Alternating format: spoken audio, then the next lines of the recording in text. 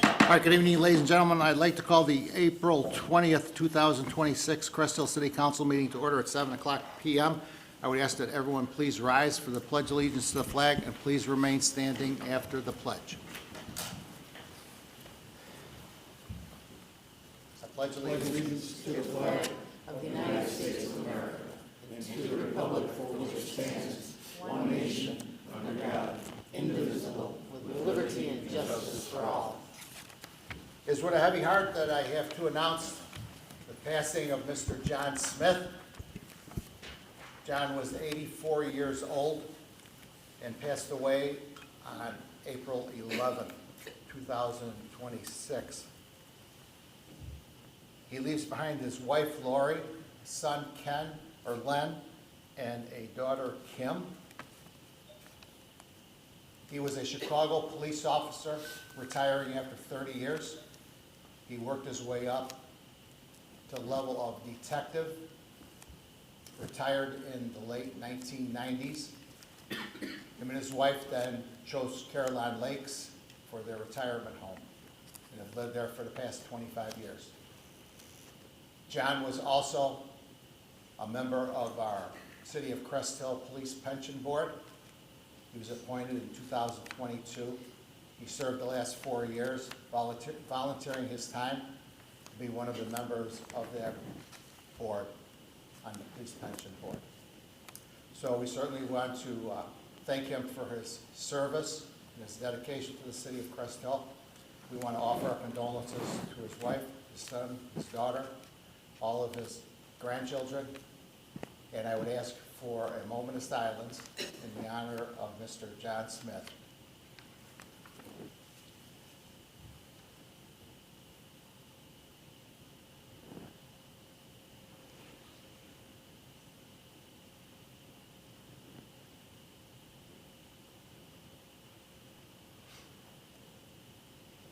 Thank you.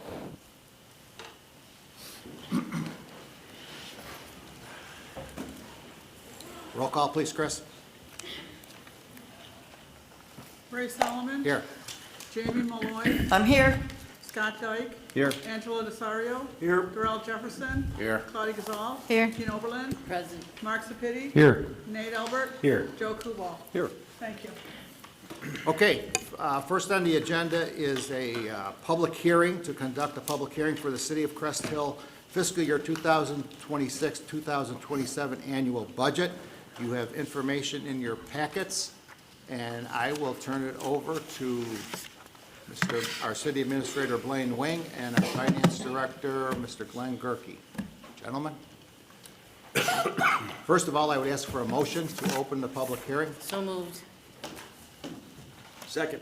Motion by Alderperson Oberlin, seconded by Alderman Desario to open a public hearing at 7:03 p.m. Roll call, please, Chris. Scott Dyke.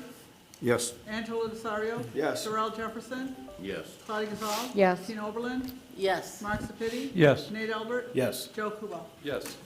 Motion carries. Thank you. Okay, it's all yours, Blaine. Thank you. I think we're switching. Chris, could you get it to the podium?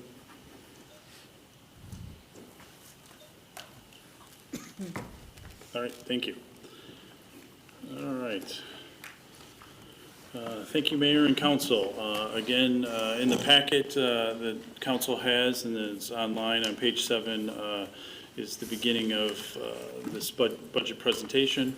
I started off with the Administrator Budget Memorandum. I'm just going to highlight a few things from that as the introduction, and then I will get into the general fund at high level. I will get into a few requests, and then I will be handing it over to Glenn to get into a little bit more specifics. So staff and I are excited to be presenting the City Council with the final 2026-27 budget. As I noted earlier in March during the work session, staff has been using conservative estimates for our revenue, assuming a 3% increases with our various vendors, vendor contracts, and are updating financial figures as exact expenses have become known in order to create a budget that is as accurate as possible as we move forward. This upcoming year's core budget, what I call the core budget, is the general fund, has an estimated revenue of about $13.8 million, and it has an estimated expenses of $13.5, resulting in a $295,569 surplus. While a surplus of almost $300,000 may seem large, there are most likely various budget requests that will come before City Council during the budget year. Some of those will include, and again, in my memorandum, I bullet pointed almost 10, but some of those are including fixing some plumbing issues, both at City Hall and the Police Department, replacing 5 indoor windows at City Hall, obtaining various software programs in various departments from Public Works or Community and Economic Development, improving some financial software, as well as with their time and attendance, payroll, and HR software. There's some other items such as IT and AV items that may need to be replaced during our upcoming fiscal year, as well as a potential request for a canine outdoor fenced-in area. I know the chief at some point will be bringing that forward, as we currently keep the dog in the actual vehicle, and it would be nice during the hotter season to actually have a space for the animal to be out. And finally, the wage compensation and benefit expenses that eventually get agreed to as we're going through negotiations here with our various unions. And we have negotiations coming up with Local 150. Moving on to the high-level general fund. Again, as noted, there's our revenue and expenditures. Again, some departments do use money from other funds, such as our enterprise funds, to cover some of our expenses. Additionally, want to note several things that are new and that are a bit more transparent for council and for the audience. We have in this budget, the creation of the mayor's office and the treasurer's office accounts. This spells out specifically those revenues and expenditures. In the past, they have been either in the treasurer, finance department, or in the elected officials. So these are spelling those specifically out. In addition, there is now an administrator budget memo, so there's a 2-page document in there that talks about our overall budget process, as well as some of the highlights. Again, that's in our packet, and it will go along with the budget. There are new process is budget binders for the elected officials, so all the elected officials actually got binders. There's little tabs for each of the sections. There's been more information regarding the budget posted on the city's website, and we will have the final approved document also posted on the city's website once approved. As for the general fund requests, since council has received the final budget, there's been a few requests that have come in, and these requests actually do not have an impact on the general fund amount, so the dollar amount. However, they do improve transparency, so staff has created a couple updated worksheets. And I don't know if Ashley, if you passed those out already? Okay. So I emailed them to council as I was working on this portion of the presentation. And if City Council wants to replace those 2 pages, they would be replacing tabs under tab number 9 and tab number 10. I'm just going to address those specific requests, and then before I hand it over to Glenn to answer any questions.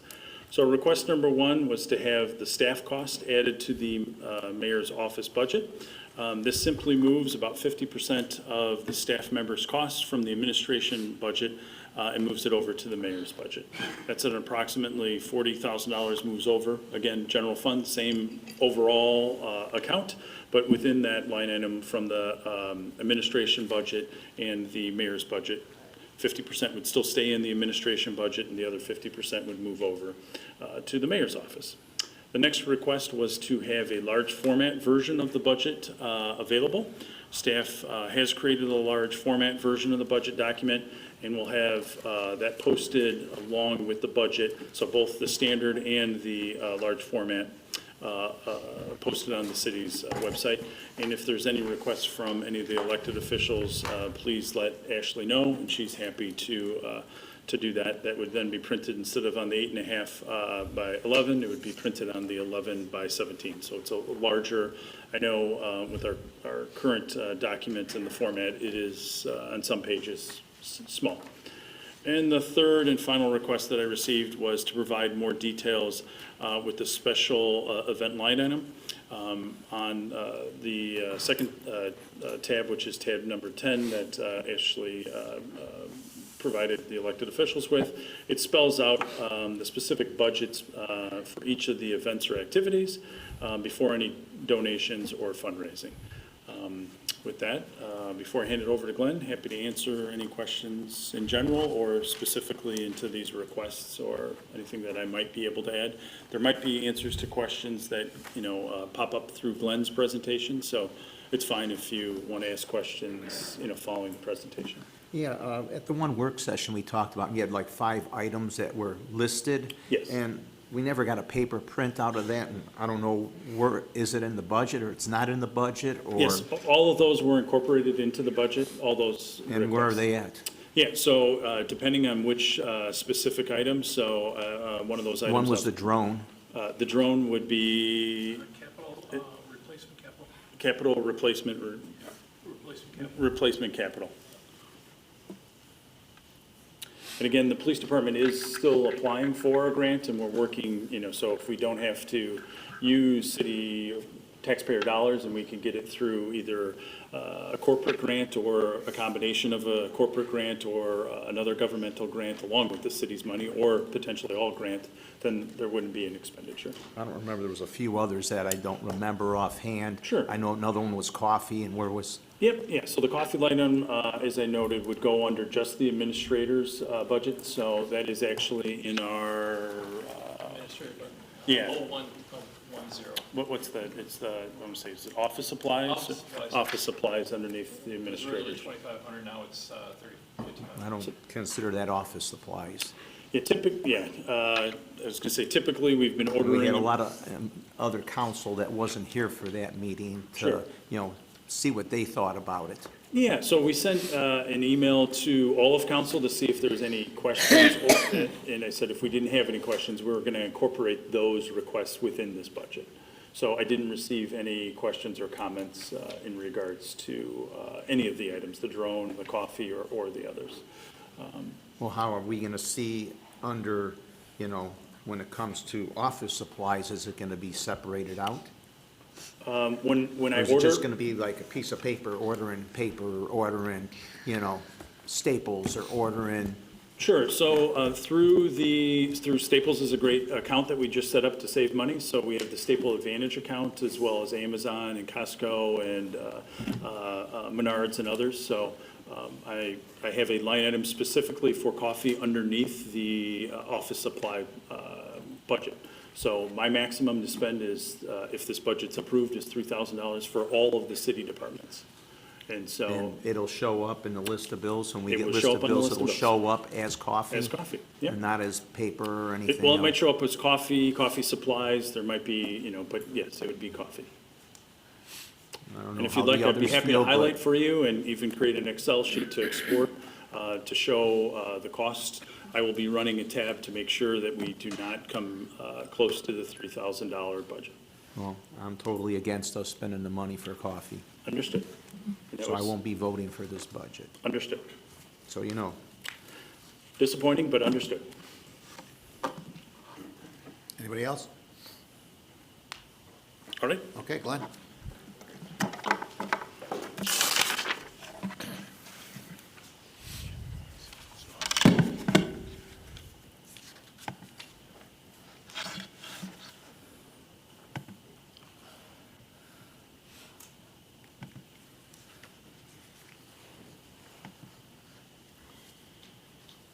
Chris, is this going to do something? Did you plug in? No, I don't plug it, I don't have a, it's supposed to be Bluetooth.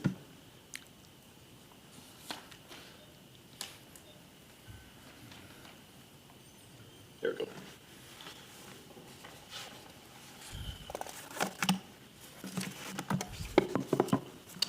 Okay, thank you, Mayor and Council. I am pleased to present the fiscal year 2026-2027 annual operating budget for the city of Crest Hill. This document includes projections for the fiscal year beginning May 1st, 2026 and ending April 30th, 2027. Historical profiles of the funds and departments have been included in the budget. There are legal requirements for the budget, the main one being that we have a public hearing before adopting the budget, which is this hearing right here. Let me go to the tab here. I'm going to try and keep up here. I kind of made my notes on paper.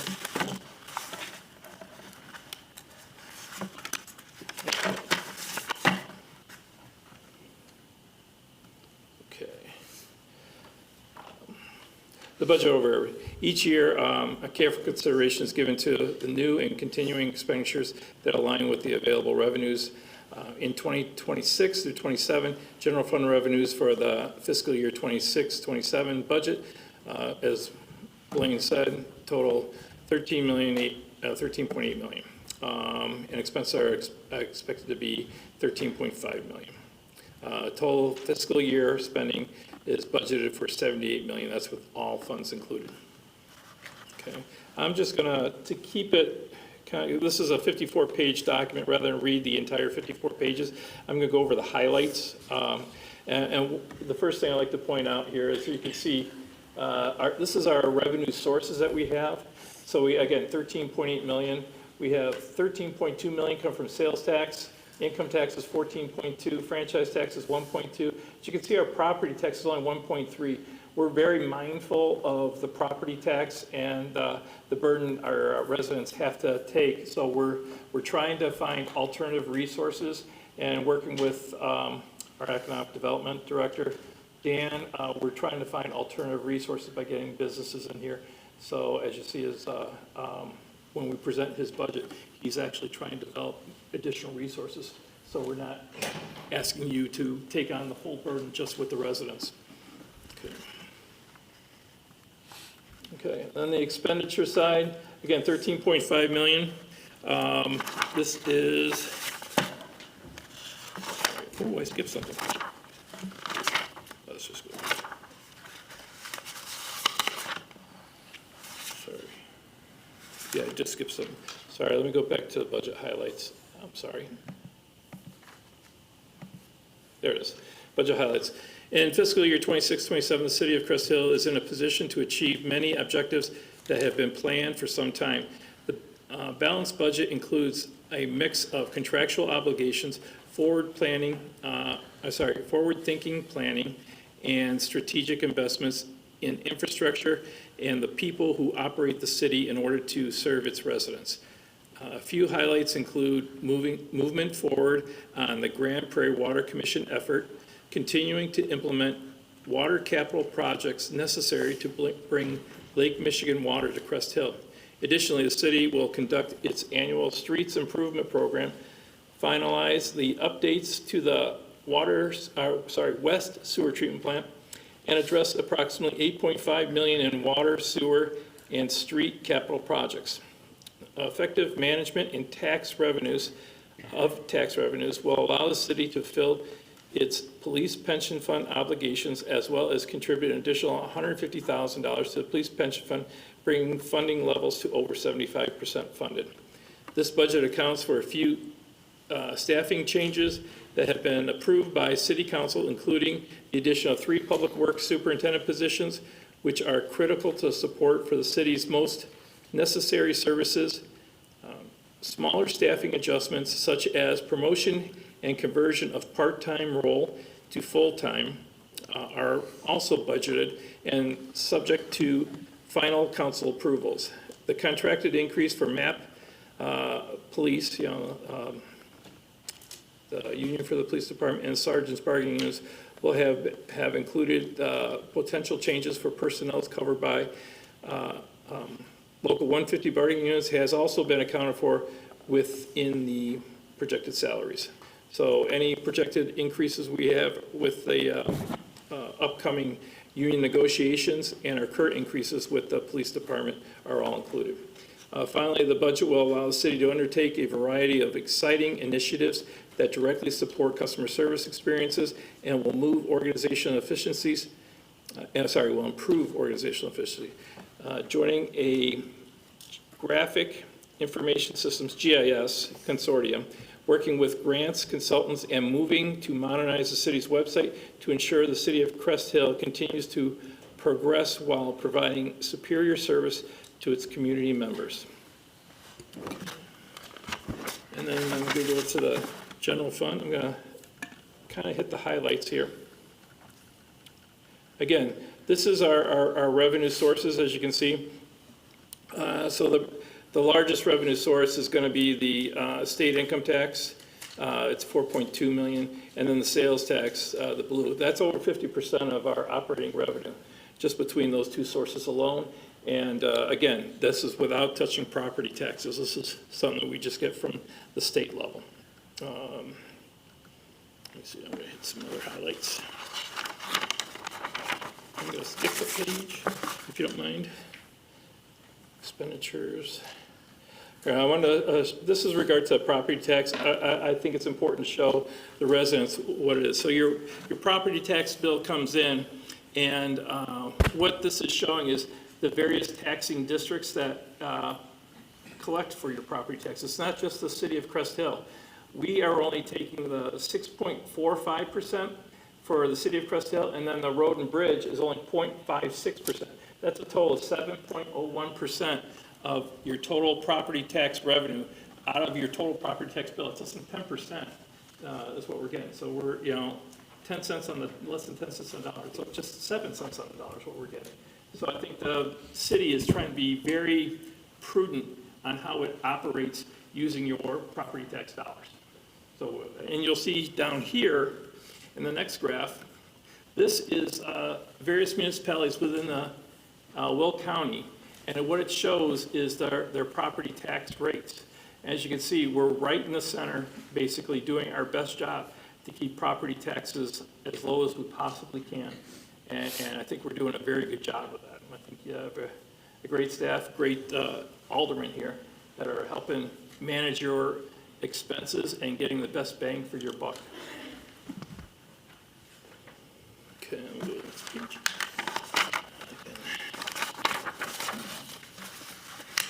Okay. Glenn, I just have a quick question. Yes, sir. Can you or someone else answer to me, how many schools are in School District 88? 88, there's 88 and 88A. I don't know the school districts per se. I know there's just two different ones, because when we closed out the TIF, I had to give refunds back to both school districts. One property, actually, I had to change my calculations, because they changed halfway through the TIF district. So I don't know how many schools they have with each one. Okay, could anyone else Did answer? you want to know how many students? No. No, how many schools? Richland, Cheney Manji is one. Richland Grade School And and Cheney Richland. Manji. Okay. well, technically Richland 88A is middle school and an elementary school. Yes. And then you still got the high schools in there too. So They're both, though, K through 8. so Both I Cheney think and that's, Richland. Oh, both of them are K through 8? Yes. Okay. yes. But keep in mind too, Darrell, that not all the residents of Crest Hill go to just those No. two school districts as well. So somebody else's tax bill is actually going to look a little Yes. bit different. Yes, and that's correct, because what there are, there's a group, this is one group of tax bills, it's called tax rate. So when I look at the tax bills, you have some for, I think it's like 1106, 1105, and then there's some other taxing districts, depending on where you are and what taxing districts overlap. Because, we overlap all our residents, but other municipalities or other school districts overlap part of it, not necessarily the whole thing. And that's why you have different taxing groups. So this is just one, I couldn't put them all up there. Yeah, there's a huge portion of Ward 3 Yeah. that goes to Plainfield schools. Yeah, Huge portion, majority of it, I believe. Yeah. And then there's a small portion that goes to Joliet, way up on the top too, very little portion. yeah, there's So a small right-hand, Yeah. left-hand corner or something like that. They all, you have to look at the taxing district. I can get you the rates or whatever for each one, you could see what their No, tax is. I asked because I know Crest Hill kind of touches on 3 different Yeah. townships, so. So each one has their own trying to taxing see, district, so, Right, yeah. why, because it's at 36%, I was just trying to figure out how that divided up into Well, actually, you'll find that in most communities, the largest portion of your property tax bill is with your elementary schools, and the second largest will be your high schools. So that's going to be the majority of your taxes generally. It's more than 50% just right there, just Yep. schools. And that's universal, no matter where you go. Okay, and this, I just want to point out a couple things. The main thing I want you to get off of this thing is that the police and streets, that's going to be the orange and the green at the top of the pie chart there. That's the 5.7 million for police and 2.4 million for streets. That's what the city, that's the core business of the city. That's what we're providing, and we're providing more than 50% of your tax dollars is just going for those, the protection and your streets. That's the main thing I wanted to get out of that. And if you guys have any questions about anything else, please ask me. There are a lot of capital projects that we do have planned, and this includes, where is it? The water capital projects. And I'd love to, I wish I was as knowledgeable as our engineer, Ron, but these are all required for the Grand Prairie Water Commission project to get this down to, I guess, Lake Michigan water. And as you can see, we have 18 million total, but we have $10 million in grants and IEPA loans. So it's really 8.5 is what's coming out of our share. Okay, and then part of the streets projects, this is the streets that Ron has scheduled to, tell me if I got anything wrong, but this is everything that we have scheduled already, $1.7 million and stuff. So you can see we are trying to bring back the streets, and again, put your dollars where it needs to be. This is that part of that streets program that everybody's looking for. Make sure you're getting what you want from the city. You want police, you want streets. And water, sorry.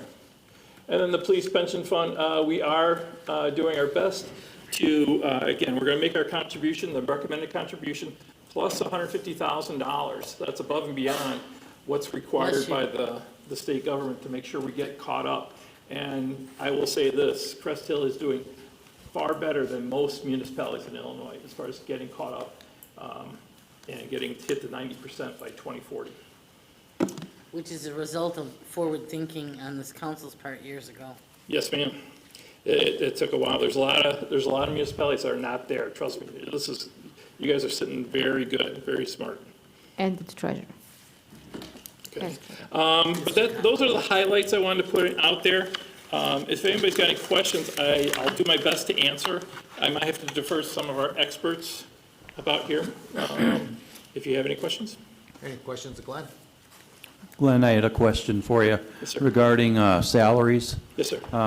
With the union contract that is not that's not negotiated yet, how is that, what number or what percentage was calculated into the budget to account for it? Just because, I will tell you, can we do that in executive session? The reason being is that because it's a contract negotiation, I don't want to reveal anything before we get into that negotiation process. So if you'd like to discuss that, I can tell you what I had. I'm sorry, what was the question again? That you asked, Mark? Well, we have union contracts that are not, settled yet, that are going to be Oh, okay. expiring or So I have have to, expired. we are going to be But we're negotiating budgeting. that, and I don't want to tip our hand, so to speak. It wouldn't be in the best benefit for your residents by doing that. It could cost them more, and we want to try and get the best deal. So I can tell you that on the side, but not here. When would we have that discussion?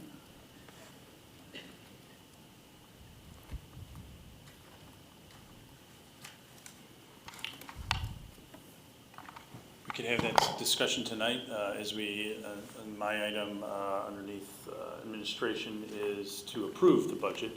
So we could go into close if that is a question underneath the administrator line item, which is E1.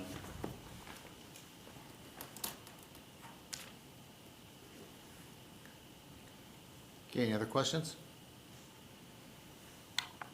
Okay, thanks, Glenn. Thank you, sir. Thank you, Council. Thank you. Okay. I just received a note from our city administrator, so I just want to make everybody aware that the Comcast, Xfinity, and AT&T live broadcasts are down. The meeting is being, this meeting is being recorded Staff will work with both vendors to get the meeting up as soon as possible. It will be on YouTube tomorrow for anyone that would like to watch it. Okay, is there anybody from the public that would like to make a public comment in regards to the 26-27 budget? Please step to the podium, state your name for the record. Your address is optional. Let the record show that no one has approached the podium. If there are no other questions from the city council, I would ask for a motion to close the public hearing at 7:31 PM. So moved as presented. Second. Motion by Alderperson Oberlin, seconded by Alderman Albert. Roll call, please, Chris. Angelo Desario, Yes. Darrell Jefferson, Yes. Claudia Gazal, Yes. Tina Oberlin. Yes. Mark Sepiti. Yes. Nate Albert. Yes. Joe Kubal, Yes. Scott Dyke. Yes. Motion carries. Thank you. Okay, public hearing is closed, and we are back in regular city council session. Moving on, we do have this evening 11 consent agenda items on your agenda. I would ask if anyone from the public would like to make a public comment in regards to any one of the 11 items. Please step to the podium, state your name for the record. Address is optional. Let the record show that no one has approached the podium. With that being said, as I had just said, we have 11 consent agenda items for the voting members of the city council. Is there any one of the 11 items that you would like to remove from the agenda for further discussion? Shouldn't we take E off with, to go in executive session to talk about what Mark had asked about? Which one? E for the budget? It's, E is actually not, 6E, it was 7E, so it's already not part of the consent agenda. I'm sorry, can you repeat that? Oh, okay, so Yeah. under, okay, farther down on the Farther down on administrator. Okay, all section right. 7E, Gotcha, not 6E. all right. Okay. I will begin reading the consent agenda items. Consent agenda item 6A, approve the minutes of the regular city council meeting held on April 6, 2026. Consent agenda item 6B, approve the minutes of the work session held on March 30th, 2026. Agenda item 6C, approval of pay request number 39 from Vissering Construction Incorporated with direction to send it to the IEPA for approval and disbursement for a total amount of $198,875. Consent agenda item 6D, approval of an updated agreement with Comcast Xfinity for 36 months for internet services at city locations. Consent agenda item 6E, approve ordinance amending the budget ordinance for the fiscal year beginning May 1st, 2025, and ending April 30th, 2026, for the city of Crest Hill for the transfers of interfund balances within the city's budget. Consent agenda item 6F, authorization of memorandum of understanding with Local 150 and approve the promotions of John Kemp to Water Crew Leader and Jim Vogren to West Wastewater Crew Leader effective April 21st, 2026, as well as confirm the current water wastewater crew leader, Matt Brown, will remain a crew leader, but effective April 21st will become the East Wastewater Crew Leader. Consent agenda item 6G, approve a resolution approving the content of certain 2025 City Council closed session meeting minutes and authorizing the release and retention of certain 2025 City Council closed session meeting minutes. Consent agenda item 6H, approval to film for a TV pilot by Theodore Street and Oakland Avenue on Thursday, April 30th, 2026. Consent agenda item 6I, approval of the regular and overtime payroll from March 23rd, 2026 through April 5th, 2026 in the amount of $299,024.40. Consent agenda item 6J, approval of additional comp time buyback in the amount of $6,463 $1,000,000.69. And the last one, consent agenda item 6K, approval of the list of bills issued through April 30th, 2026, in the amount of $2,732,149.09. Motion would be in order for approval. So moved. Second. We have a motion by Alderman Albert, seconded by Alderperson Oberlin for the approval of the 11 consent agenda items. Questions or comments? Roll call, please, Chris. Darrell Jefferson,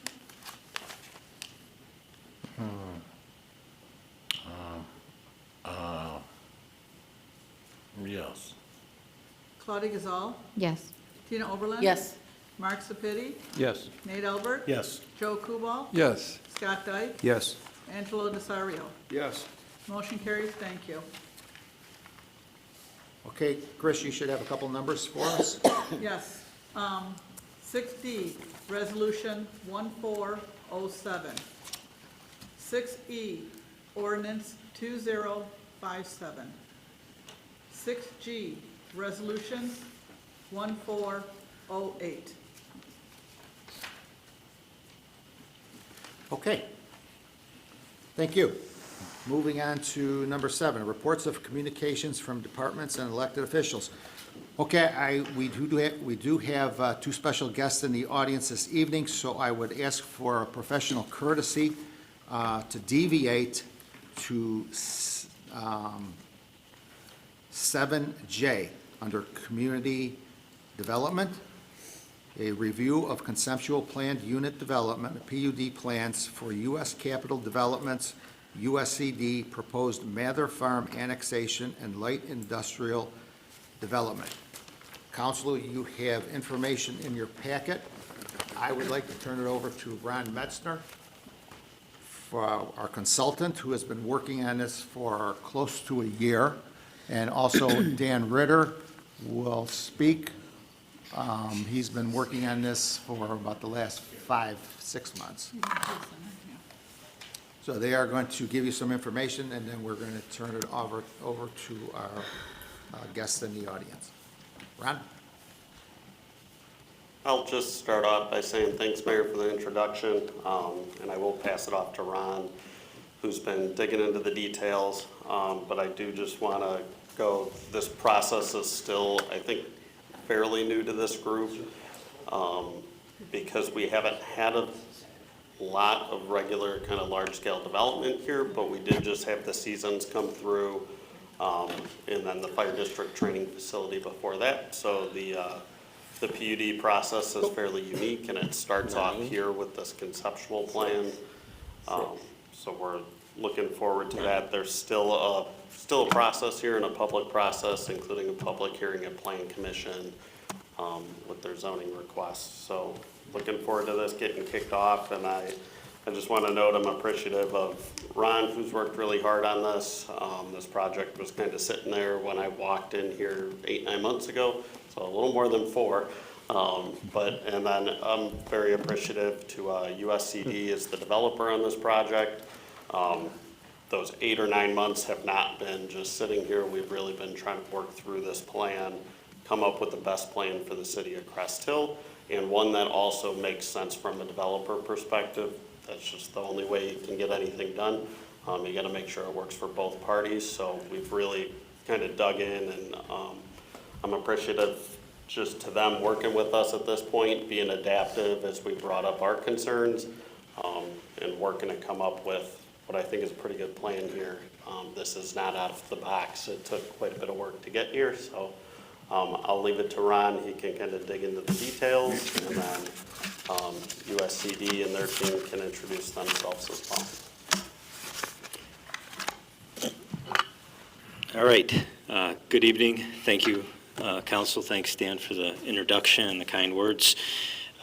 Really, what I wanted to start out, I'm not going to make the developer's presentation and present their project, but I did want to provide some foundational information that I think will help provide some context that will support, I think, a productive discussion of this particular project this evening.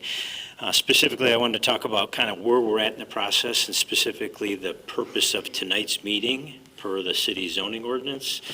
I want to revisit the work, some of the important work that the city has done, and then the city and the developer have done over the past year to get to this point.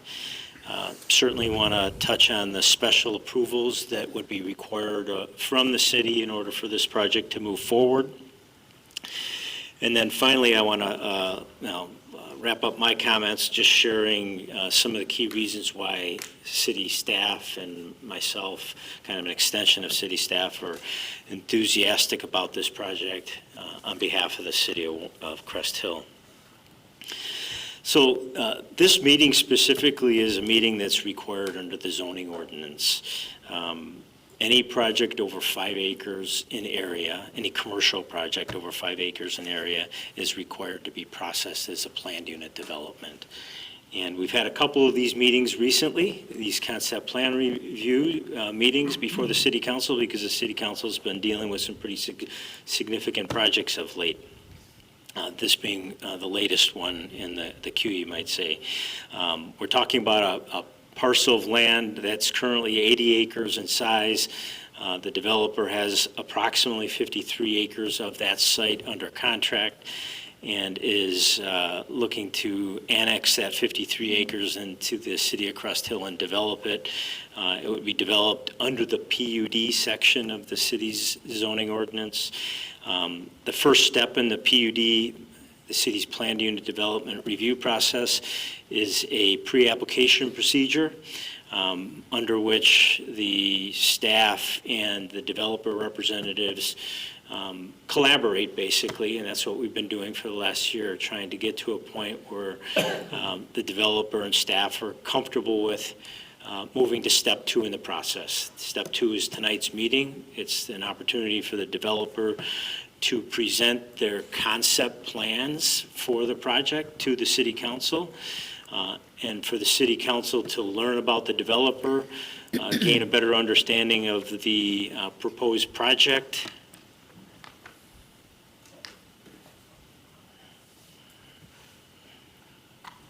There it is. I think it was just my screen went to sleep. I'm already talking too long, maybe.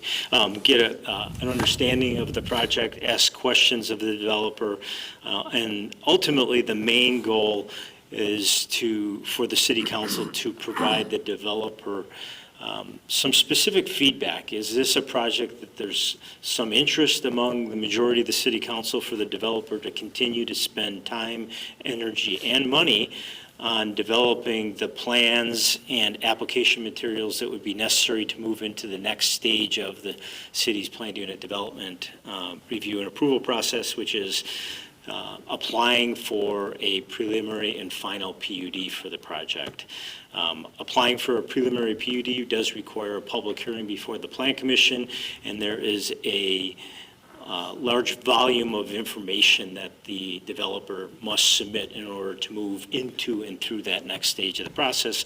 And it's not something that on a project of this scale that you do without at least having some comfort that there's some level of support among the individuals that will ultimately act on the project. In terms of some of the work, I think it's kind of foundational work that's brought us here tonight. From my perspective, it started back in 2014 when the city worked through its comprehensive land use planning process. The city council ultimately approved a overall comprehensive plan for the community that really outlines, it's kind of the roadmap for the type of development that the city wants to see in the community and what are some of the key goals for growth going forward in the community. One of the key goals that was established in the comprehensive plan was to support the continued growth of local industry, expand job opportunities, capitalize on future transportation and infrastructure investments, minimize impacts on surrounding neighborhoods, commercial areas, and environmental assets. So that was a broad goal, which I think this project fits right in. The 2014 land use plan did show that the property that is commonly referred to as the Mather Farm at the the southwest corner of Division and Weber Road would be developed with a combination of commercial and industrial uses. There wasn't a whole lot of specifics on how that that property would be served with infrastructure or the type of roadway improvements that would be constructed. So I think as partially as an outgrowth of concerns and issues that the city was probably dealing with related to trucks and the truck traffic that was generated by the development that occurred to the west of the Mather Farm in the Crest Hill Business Park. The city commissioned a sub-area plan for the Weber Division Business Park area in 2022 and ultimately adopted a detailed sub-area plan. That sub-area plan is really kind of the roadmap that led to the development of the plan that is going to be presented to you tonight. So I think that plan was a very detailed plan, very well thought out plan. It was a plan that was designed to respond to existing issues that the city was being confronted with at that point in time, and also lay the groundwork for how the remaining vacant property in that area of the community could be developed in a manner that wouldn't exacerbate problems and hopefully solve some of the truck traffic problems that the community is currently dealing with. So that was I think some foundational work that the city did that's really been really important in getting us here tonight. Over the last year, city staff and the developer have worked closely to kind of educate each other of what they're trying to accomplish. Part of that education from the city's perspective was sharing the detailed plans that the city had developed for this area of the community, helping the developer to understand why the specific design details of those plans were important to the community.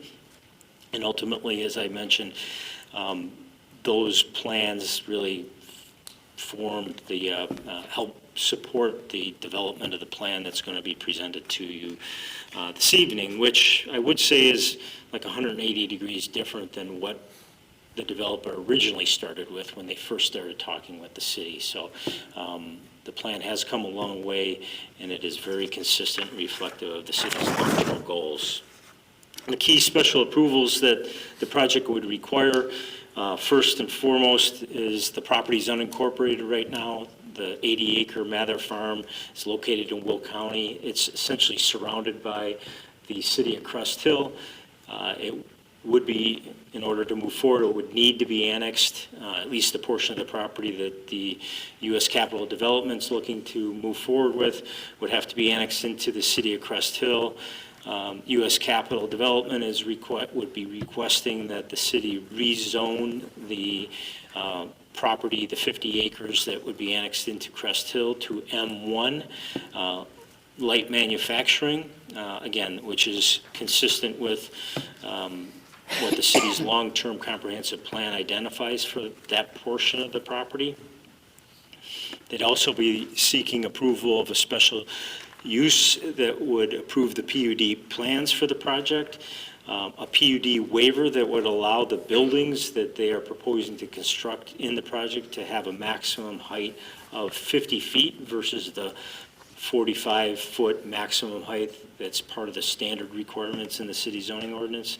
And then finally, they would be seeking approval of a preliminary and final plat of subdivision that would not only create the lots upon which the buildings would be built on, but also dedicate road right-of-way and easements that are important to serve the project effectively, but also important from the city's perspective, that will help support some other additional roadway improvements that the city, off-site roadway improvements that the city has identified as items that are really important for long-term solutions to some of the truck traffic problems experienced over in that area of the community.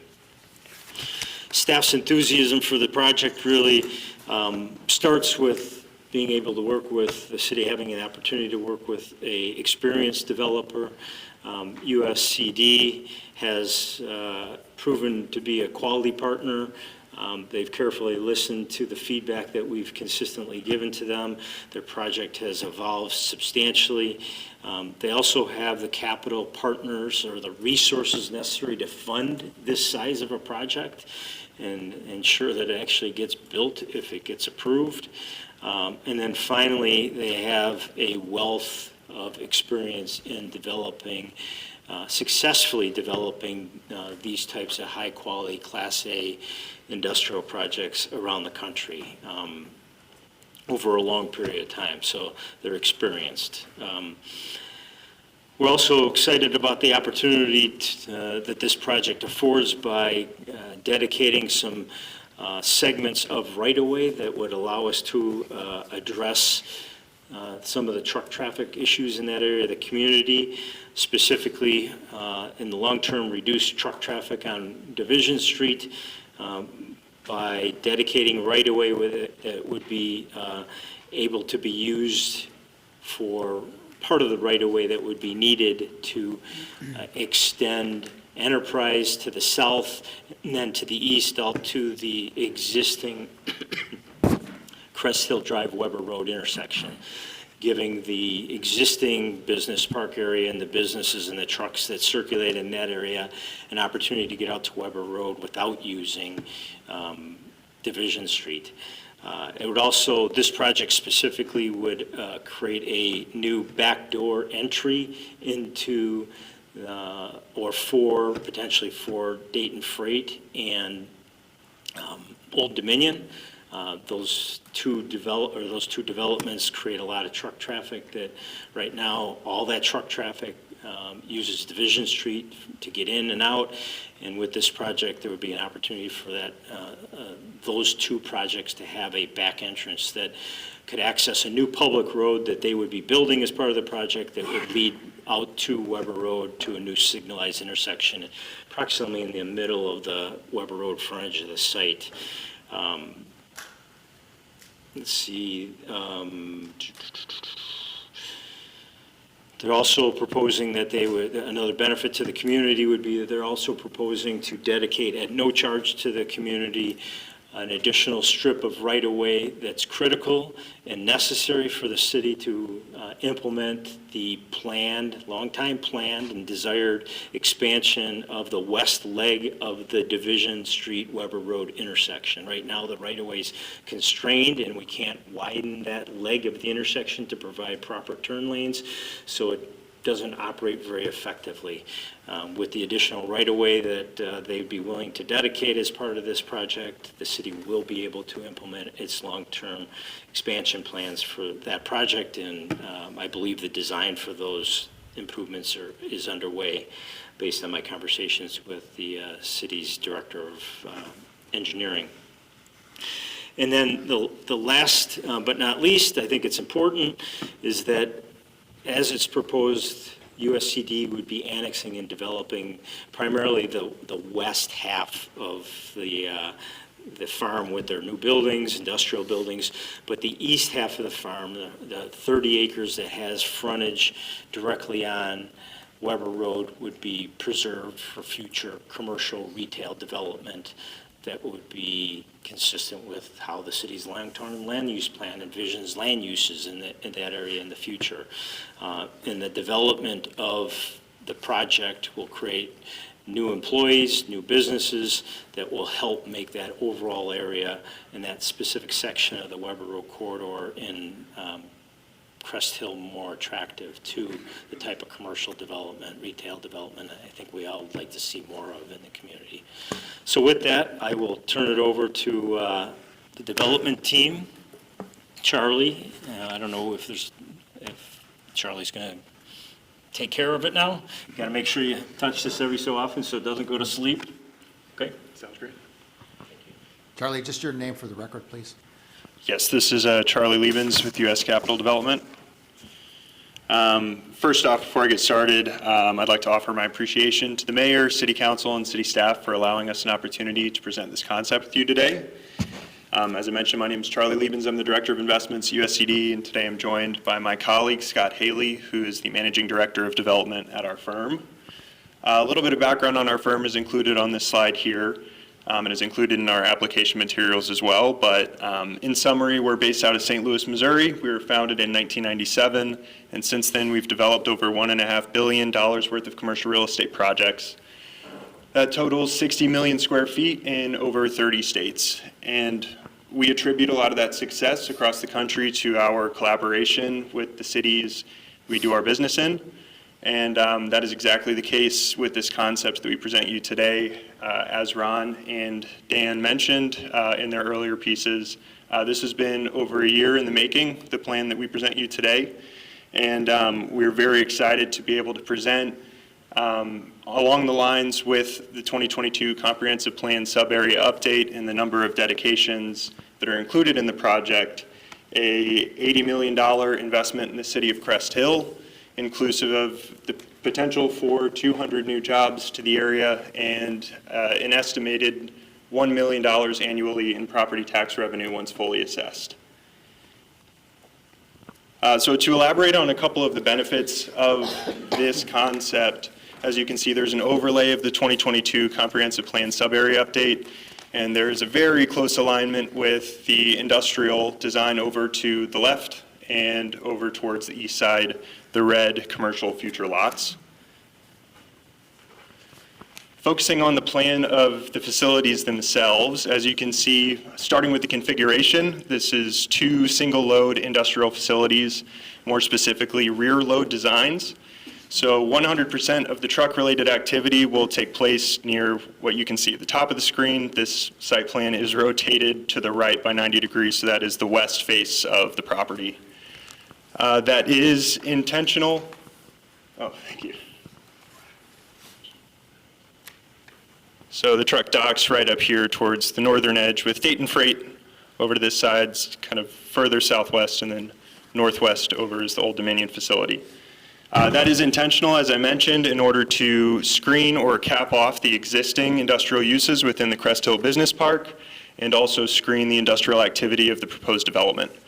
As a result, on the east-facing side of the buildings, there is a more corporate-type facade, a little bit more visually appealing than the truck docks on the opposite sides of the building, that's then further buffered by the construction of our north-south roadway and the related pedestrian infrastructure that sits adjacent to it.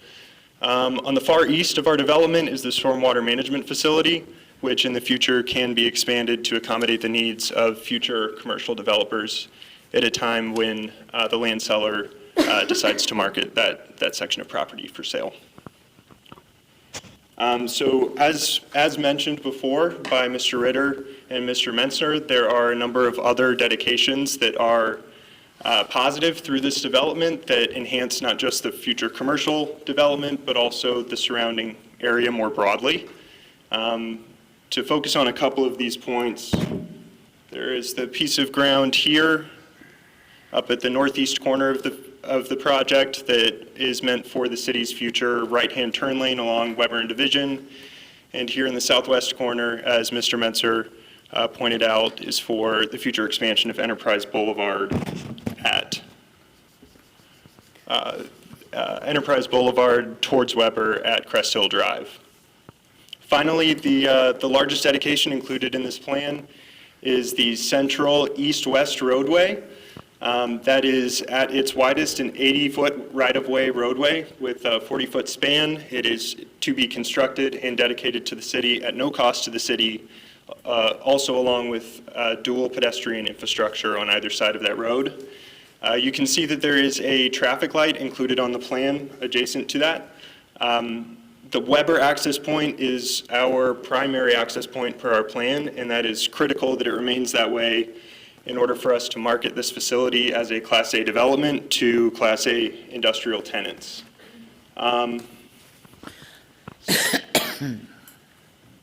As such, we've been involved in discussions with multiple traffic consultants and have a traffic impact study in process, and we expect that'll be complete within the next week or so in order for us to review and submit for comments with Will County Department of Transportation. We do understand that there may be some challenges with approvals for that traffic signal due to the total number of traffic volume that is yielded by our development. And if that is the case, we fully commit to working with city staff and Will County in order to find a solution there and enable full access at that access point along Weber to divert current traffic that otherwise might go to Division instead through to Weber. We do additionally have 2 access points along Division to the north that I want to point out. Those are both to be configured as right-in, right-out, and so as to make sure that there isn't a new congestion issue with a single access point on Weber. As I mentioned, these are designed to be best-in-class industrial developments, light industrial developments, and they were made to meet the needs of users specific to this area. As 2 single-load facilities of 376,500 square feet, they are unique product to the city of Crest Hill. However, they can be marketed to appeal to different user types across the surrounding area, so can be demised down a little bit smaller than a single building to attract users who may otherwise decide to locate to the north in Romeoville or Bolingbrook, or for a whole building user or 2-building user for a potential user who may otherwise decide to locate to the west in Plainfield or to the south in Joliet. All things considered, we can market this site as a potential headquarters location with the amount of parks that are included in the design, and we can demise as low as 100,000 square feet and up to as large as the full 750,000 square feet. Stepping back a little bit more broadly, the Chicago industrial market is quite strong right now. As of the first quarter of 2026, Chicago posted a 5.8% industrial vacancy rate. That is just a few percentage points below the national average, meaning that of the total supply of industrial product or industrial square footage within the Chicagoland area, just about 5% of that is currently vacant as of today. With that in mind, we're very excited about the investment prospects of this project, and as mentioned earlier, we are very excited about moving forward with this investment in short order if possible. As I'm sure you're aware, the nature of our business is fairly market sensitive, and as such, we are requesting a fairly efficient entitlement process such that we can put shovels in the ground before the winter freeze of 2026, 2027.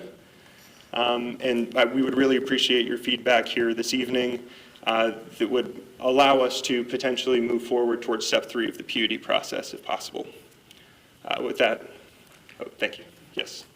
I'm just, you said that, I understand the frontage lots are not going to be developed currently, but did I also understand that they're not going to be annexed into the city either? That's correct. At this time, that is not the plan. Ron or Dan, could you speak to that, what the thought process there is? I think some of it is just what this developer has under contract and what those landowners wish to basically not annex in at this time until they get basically something under contract. I do believe the family still lives in the house that's out there, so I just don't think it's their preference to annex in at this time. I do know they've hired a broker on the rest of the property, so they're actively still looking to sell that and annex it. I just don't think they want to bring it in until it's basically developed at that time.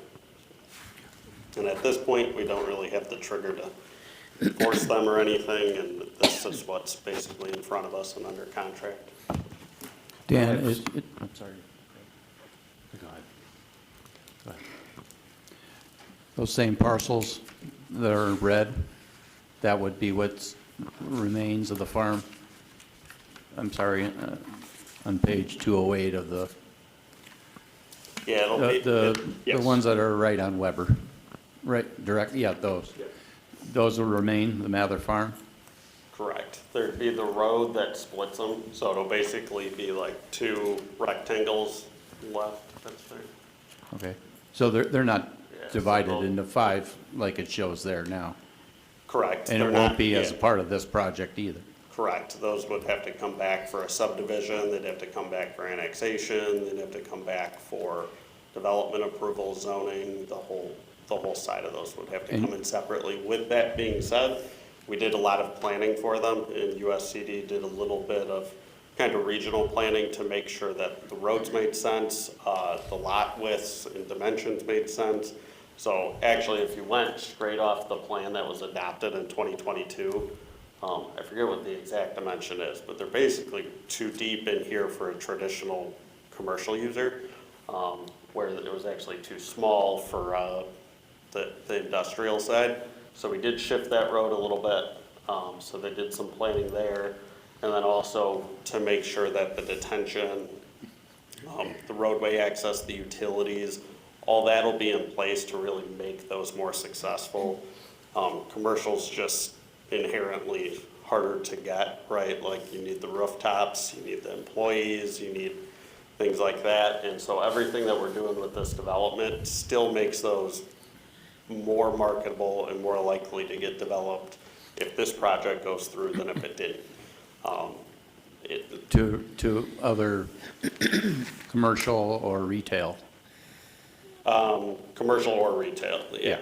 Whatever ends up coming there in the future, it is now much more likely if this development goes forward than if it didn't, so. And did you say there's a potential developer looking at that piece? Just a broker that's working with the family has reached out, and they are looking to still market it. They're looking at what can go there, so that's good news that they're still actively looking to sell those pieces and market them.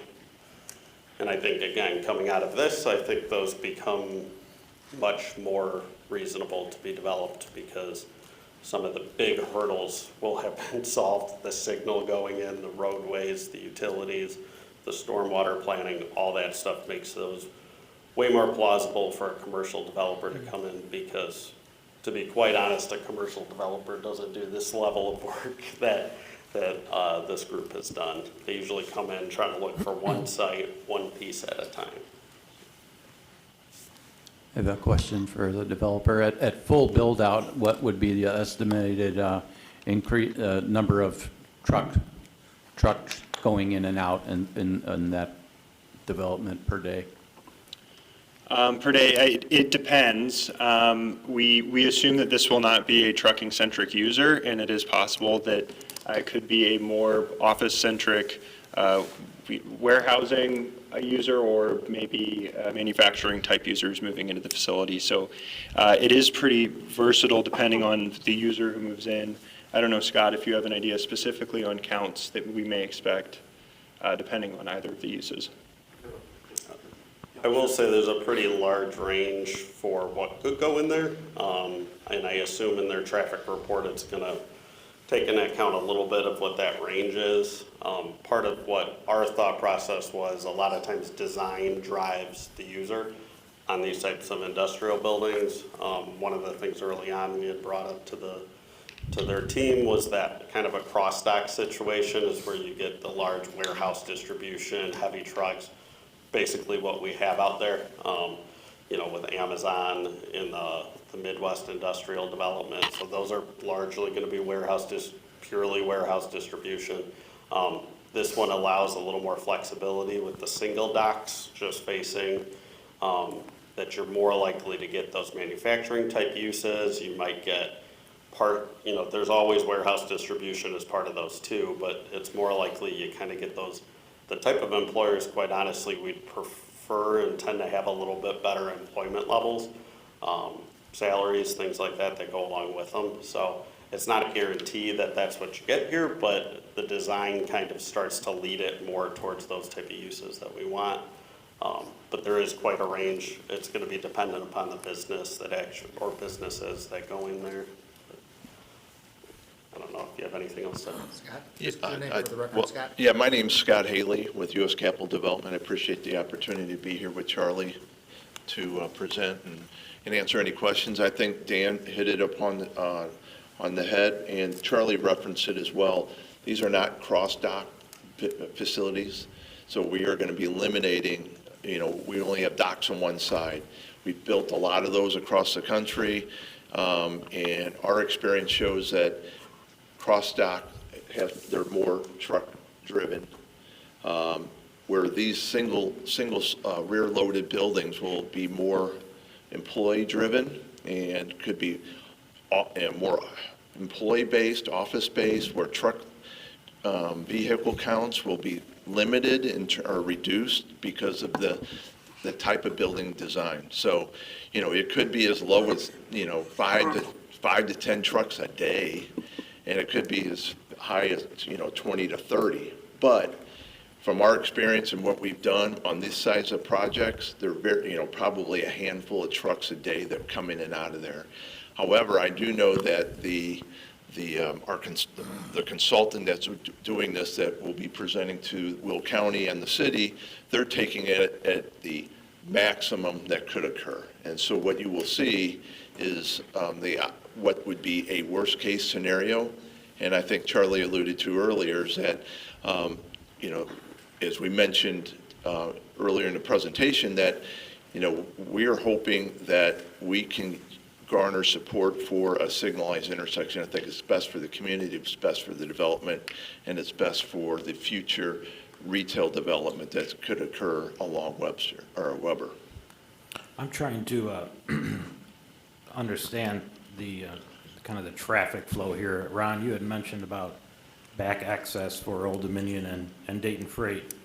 So with the plan, the way it's kind of presented to us, and I know this is preliminary, and thank everybody for all their hard work already, but I'm seeing a couple of cul-de-sacs at the end of these streets here. So is there kind of discussions with Dayton Freight and Old Dominion to get trucks on that access road to ultimately get out to Weber Road through your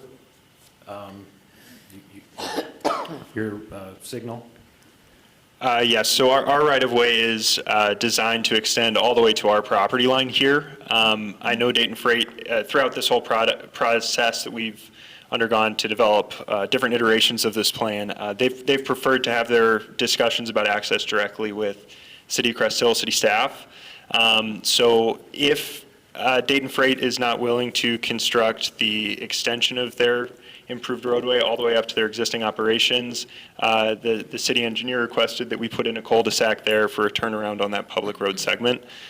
So that is why that is what's shown in our plan, but we do intend for Dayton Freight to make use of that roadway. And Mr. Ritter, I don't know if you have anything else to add to that. Yeah, Dayton Freight's been, we've been in contact with them pretty regularly throughout this process, because both for this access and then eventually for the roadway that would come down to Crest Hill Drive and connect to the signal that's here at Speedway.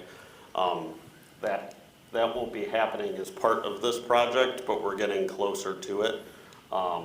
They're part of both of those discussions, because we would need property for them for the extension of the roadway. And then really we see the benefit of them connecting over here as well through that back access. So they haven't made any guarantees that they would do that, but they are very interested in it. And I think they were looking forward to seeing this kind of move forward before they really started doing their planning, because it will change even their internal operations, which for them is a big deal, because there's a lot of trucks in and out and on that site. So I think they're open to this back access. And then that would take some planning as well then to connect into Old Dominion. Well, We've had a little less discussions with Old Dominion, but that's because all the So connections. even worst case scenario, if they went farther south to that other cul-de-sac, is that part, before that other roadway gets built, if it ever gets built, is that an option, since I think Dayton Freight owns that property already, the vacant land? Correct. They own this, but they wouldn't be able to connect in here. This will remain, because it'll be an access to their truck dock. This won't be public, but this will be public through here. So they can connect in here. They do own the rest of this property, but there's a creek and stuff there. They also don't have any current plans to develop it, but they also don't want to sell it, so. But I just, in order for this to be an attractive development for the entire business park, is we have to make sure that that stuff is straightened out. I mean, our main goal is to get trucks out to Weber and not onto Vision Street, and that's fine for this project right here, but, it's not helping the other property. If I was Dayton Freight, I would just be all over connecting to that, and the other part that kind of concerns me, with it being just a private roadway, if you have a special service area for just your buildings and not Dayton Freight or Old Dominion, and they're using that, I mean, there's a lot of different things with that I feel like need to be discussed. And I think as we get further along in this, we can have some more discussions with Dayton Freight. Like I said, I think they saw this and they were pretty excited to see it. I just don't think they were at the point they could guarantee they'd make that access or exactly when, because quite honestly, they didn't know all of the timeframes associated with this. But this being a public roadway too is also a big sell, that they basically just work with the city. They don't have to do any private agreements or anything like that. Which at one point, through our design process, this was a private roadway, and they weren't as excited to need to come to an agreement with a private developer. So I think everything we've made as part of this plan, they've really been excited about.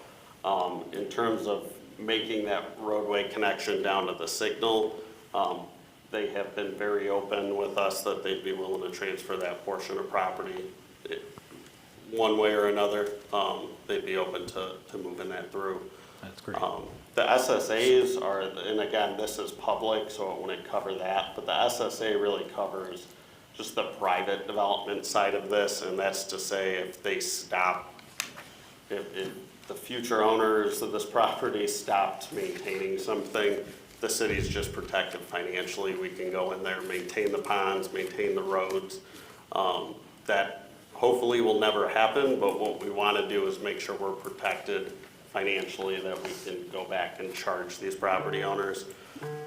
Unlike our other creek issue where we can't go backwards, this establishes that from the start, just so we protect ourselves financially. A couple of other questions that I have. It's really small on there, but the right-hand side, we've got right in, right out in Division 2 of them. But then it also says future signal, very, very small print there. What do we mean by that? So going in at the start of this development would have these two be right in, right out. Through planning with Ron, our Director of Engineering, we looked at the access that's at the gas and wash property right now across the street was really put where it's at because there's a pipeline here. It had to get moved south. In a perfect world, that would align here, and you'd have a full access intersection for both sides of it that would be signalized. So our thought process to that was when the rest of that property to the north of Division develops, you really then, one way or another, you have them bring that, and it's in a TIF district as it currently is. You align that and get a signal in here. So that's a little more long-term planning and thinking that we have there. I was hoping that's what that was. But it won't go in there from the start. Yeah, I was hoping that's what that was, because with it not being lined up right now, that just seems like it could be very dangerous. A couple other questions that I had regarding, and again, I know this is very preliminary, but you mentioned in the packet about some pedestrian-friendly stuff, but I guess I don't see that referenced here at all, like in the plan. Yes, so included in the plan is pedestrian infrastructure on both sides, as where the laser pointer is right now, on both sides, north and south of the east-west roadway, and that's up to the four-way intersection at the center of the site. We're also including in our plan and budget a single pedestrian walkway. It's actually showing on the east side of the roadway, the north-south roadway in this plan. In our updated engineering that we've refined this past week, it's actually on the facility side, just to make it a little bit closer to the development. Okay. And I believe those would be basically a multi-use path through there, I believe, right? So Correct. it would accommodate both pedestrians and bikes. Eventually, that would tie into the commercial as well. We have some plans to have, walkways and access points, so that way the employees can get down to the commercial and vice versa.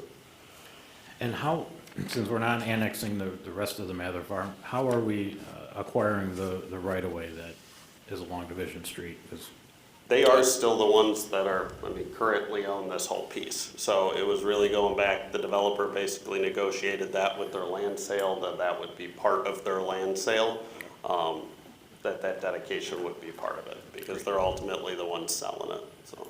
And that is a big key. Just to be quite honest with you, if we wanted to do that pipeline becomes an issue, that we can't really expand that roadway to the north. So this gets us all the property we need to expand that intersection, but it's gotta go to the south. And we'd be in a situation that we'd have to be negotiating with them to buy that, and it would, there's processes if they didn't wanna agree, but we know those would take a long time as well and probably delay that overall. So it's kind of a win here to get that dedicated, at really no cost to the city, and gets it done right now, ahead of when we're gonna do construction and permitting and everything else for it, so. And I know, again, preliminary, but with your initial talks with the county and the full signalization, is there enough right-of-way along Weber to have the proper turns, a left turn lane and right turn lanes into the property? That'll be part of their IDS design when they do it. So if they need to create a left-hand turn lane, which they probably will, that'll be part of the work in order to put the signalized intersection in. And what we were referring to, I think, early on was this development might not necessarily trigger the light right away, but I've already had some conversations with the county that the city's gonna put some pressure that we would like to have that installed earlier, not later, for several reasons. So one of them was safety in my account, because that entrance will become their main facility for their trucks that is gonna come in and out of there. Maybe not 100%, but 60–70% of the trucks are probably gonna be coming in off of Weber Road. So with trucks making lefts there, more than likely a signal. I know a signal is fully warranted once the whole area develops, both the east and west side. When that's, because also we're trying to anticipate what's gonna happen with the potential 200 acres with DOC. So this would help, have an entrance for that potential development on that side. There was a very small window that we had, about 300 feet, in order to get this intersection in, that the county would allow us, and this puts it right within that window. So we've got a lot of positive from the county side. The only thing I wanted to bring up earlier, conversation with Dayton Freight, and it has, Dan had mentioned, they haven't come out and said, we're connecting in. But during this process, in the last year, they have become very interested and cooperative into this. I think they're seeing some real good benefits here. But they want to make sure that this project moves forward before they make any type of agreement. Yeah. And as mentioned, they want the agreement to be made with the city, not with the developer. So it would be great to sit here today and say, well, we got this all worked out. We're on our way to getting there. This gets us very close to it. From my perspective, since I've been here, we've talked about truck traffic on Division. If Dayton Freight, we can get them to connect in, and they're willing to purchase this, or allow us to purchase, give it to us, whatever the case may be, for an 80-foot corridor along the south end of their property, that could, just right off the bat, just connecting in, they're gonna decrease traffic on Division, because now some percentage of their trucks are gonna come out. So it has been very positive with them in the last, I would say, 3-4 months. Up to that point, it hadn't been, because what was being shown really wasn't beneficial to them. But when this plan hit all of our desks, this checked off a lot of boxes. So some of the concerns that you have, they're still valid concerns, because we don't have them signed on the dotted line. But from what I can tell you is they've been very, very interested in this. And I do see them coming forward and negotiating something with the city at some point in the future. And they're here long-term too, so again, the discussions the last 2-3 months have been very positive that I've had with them. They're here long-term, so they're invested in good, some of what they had seen out here previously, some of the previous plans, they were not fans of. So I think when they saw this, they saw the connections here, they saw we were actually using a well-thought-out, even, comprehensive plan update that you guys adopted 4 years ago, that actually thought about truck traffic, thought about how the commercial, thought about how everything to the south the east actually connects together and connects in, and how this overall area develops. I think that's what got them on board with, hey, we're on board with this, we want to see it go a little farther, but they've been very cooperative and throughout this process. I mean, Charlie Scott, I think it looks like a great plan for the property, a good use for the property. You know, I'm not naive to think that it could all have been commercial. I know that was part of our 2015 comprehensive plan, and it's just not feasible. So this is a good use of at least the west side of the property. So questions along the way, of course, but we'll work out those details. Thank you. Charlie, is this a photo of what you're proposing to build there? Yes, those facilities are pretty similar, representative renderings on our final slide. There you go. One of the facilities is a cross-dock facility, as we show it, but it's going to be a similar facade on the auto parking area. And then the separate one, a little bit lower, is a single-load facility.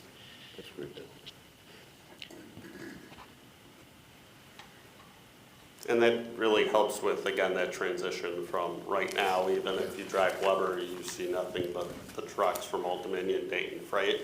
This really helps buffer that, and it takes a step down in intensity, and then that allows us to transition to the commercial we want. As you kind of alluded to, Nate, that is, you know, maybe in the absolute peak heyday of retail, you know, the 90s, early 2000s, maybe you could get, you know, a regional shopping center there, but there is not much of a market for anything that's that large or deep at this point. So it really helps us transition to kind of the more type of retail commercial lots that we have along Weber. It makes a good transition because there's not much else you can do with it. You can't really get the commercial, and nobody was going to want to live up against that, so that kind of leaves you with this office space really isn't a large market, so it kind of leaves you with this lower light intensity industrial to help transition out of it. And we certainly don't have any buildings that look as beautiful as that. So, in my mind, I'm excited about this project. I think this is something long overdue for us. That'll be a benefit for the city of Crest. It'll also be a benefit for you as the developers, because this city council knows that we've been talking about trying to get another access onto Weber Road for many, many years at this table. And naturally, it all comes down to funding and everything else. But what's being proposed here, and again, I have to give kudos to our staff, to you gentlemen and your staff, for the collaboration that everybody has worked together with to get it this far and to bring it here before us, because I think this is going to be a win-win for both you and for us if this moves forward. And I know this is only preliminary also, but this is something that would alleviate if Old Dominion and Dayton Freight jump on truck traffic on Weber Road. The good thing is, where we are located in Crest Hill, we are 5 miles from I-80, from 355, from I-55. And for something like that, that could be more than just trucks coming in and going out and back and forth all day. This is a good concept that I would like to see for the city of Crest Hill. So I hope that this continues, we move forward, and I hope that it comes to fruition, because I think this would be a tremendous asset for everybody. Those are my comments. Anybody else from council? I would like to add what you said, Mayor.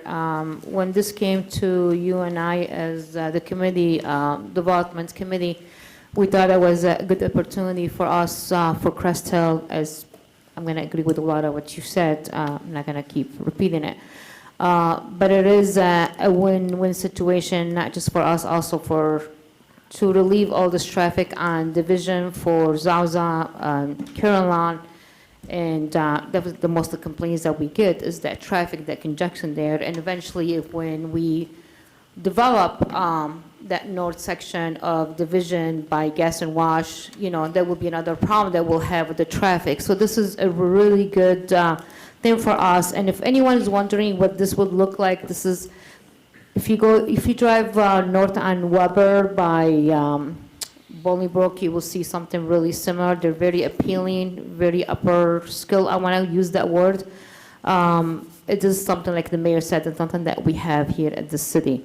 I do have a lot of little concerns that they were talked about here, some of the right in, right out, the traffic, but I'm pretty sure we've said in the meeting that we will be discussing more and more, and we'll try to figure all these little details that they need to be accomplished. So from my end, it's something I think it's beneficial to our city.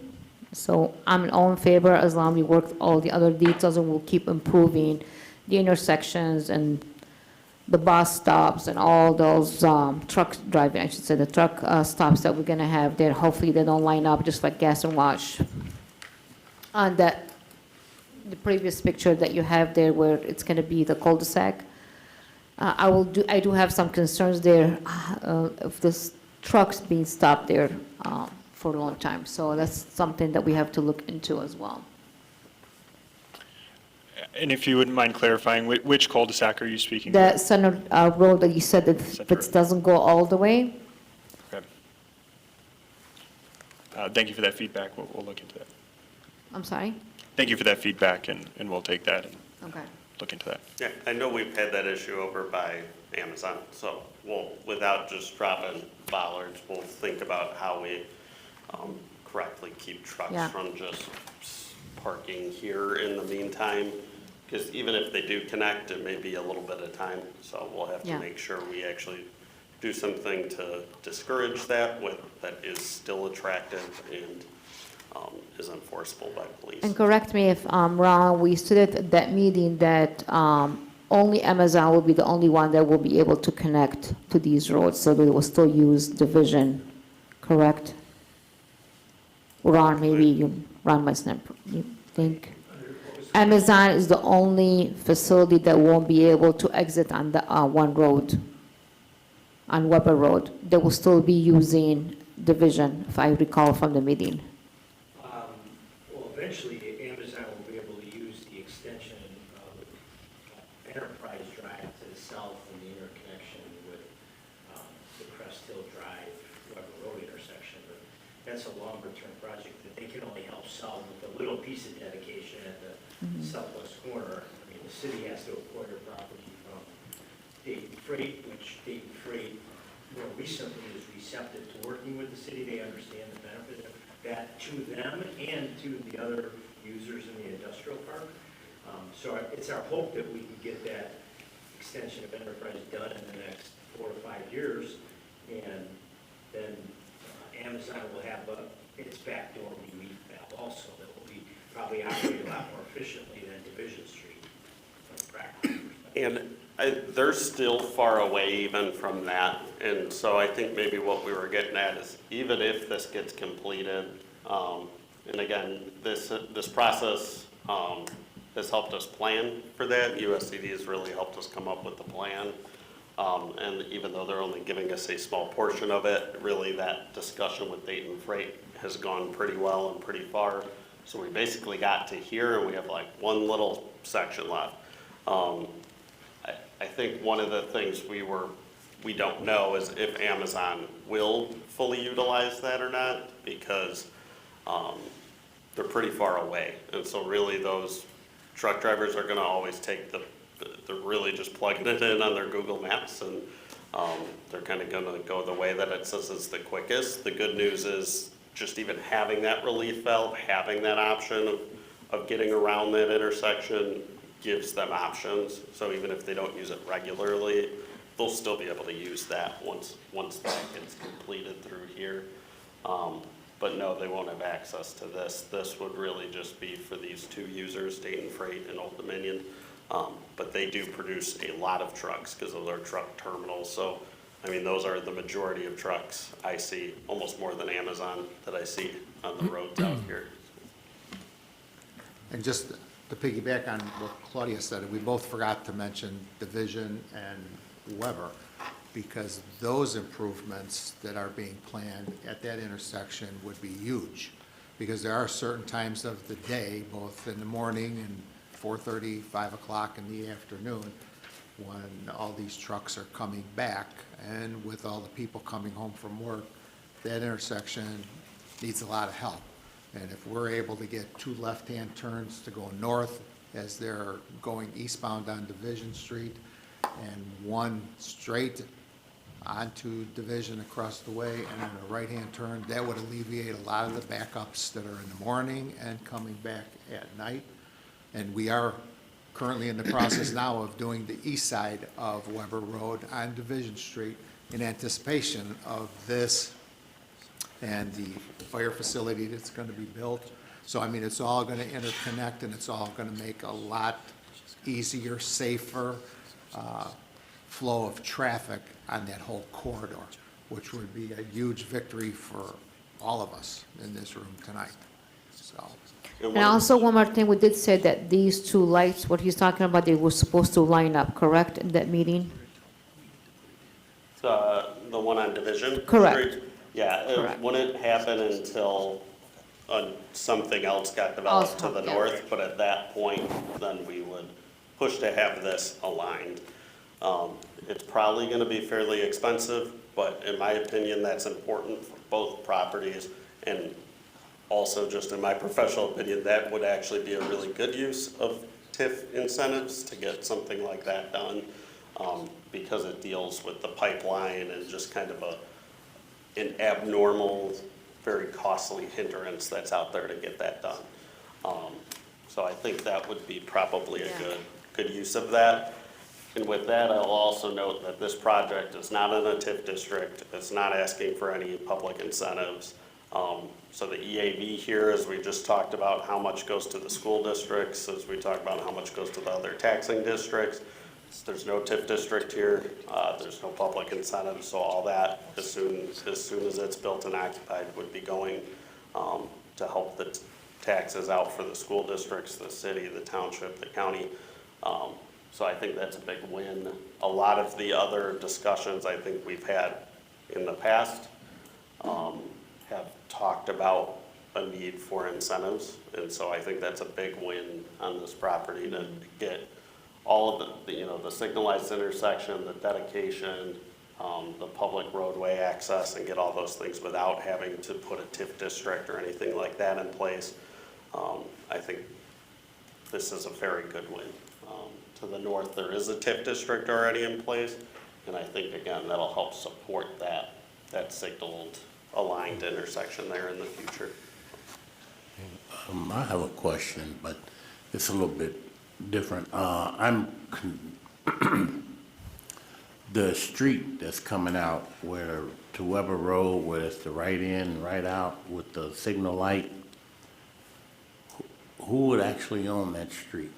Would the city own that street? Because we're coming through unincorporated and private property. So I'm a little concerned how does that work out? It'll be annexed in with the annexation, so the roadway comes in with this overall, it'll split these into 2 separate parcels, but this roadway will be annexed in to the city. This stretch is proposed to be public and will be owned by the city following its development. Same with the signal. Typically, the city has to take on the signal, not the county or a private developer. So they'll pay for all the initial expenses. The city would own that, and it would be in the city of Crest Hill going forward. And might be too early for this question. Will there be parking available along that street? Very unlikely. No. Because you're gonna have commercial developments tying into it, so it will probably be no parking. But that is some of the details we need to work out as we pass this to think about, so it's a good question. Yeah, I can answer that, no. No. No. Let me help you with There's that. parking No. on that east-west street. Okay, my last question is, okay, we're annexing the 2 proposed properties into the city of Crest Hill, correct? So are we leaving dollars on the table by not annexing the undeveloped part?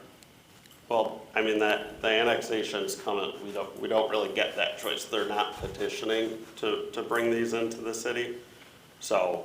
They're not selling it to us yet. They're not proposing to annex those, so we can't really force them at this point to annex them.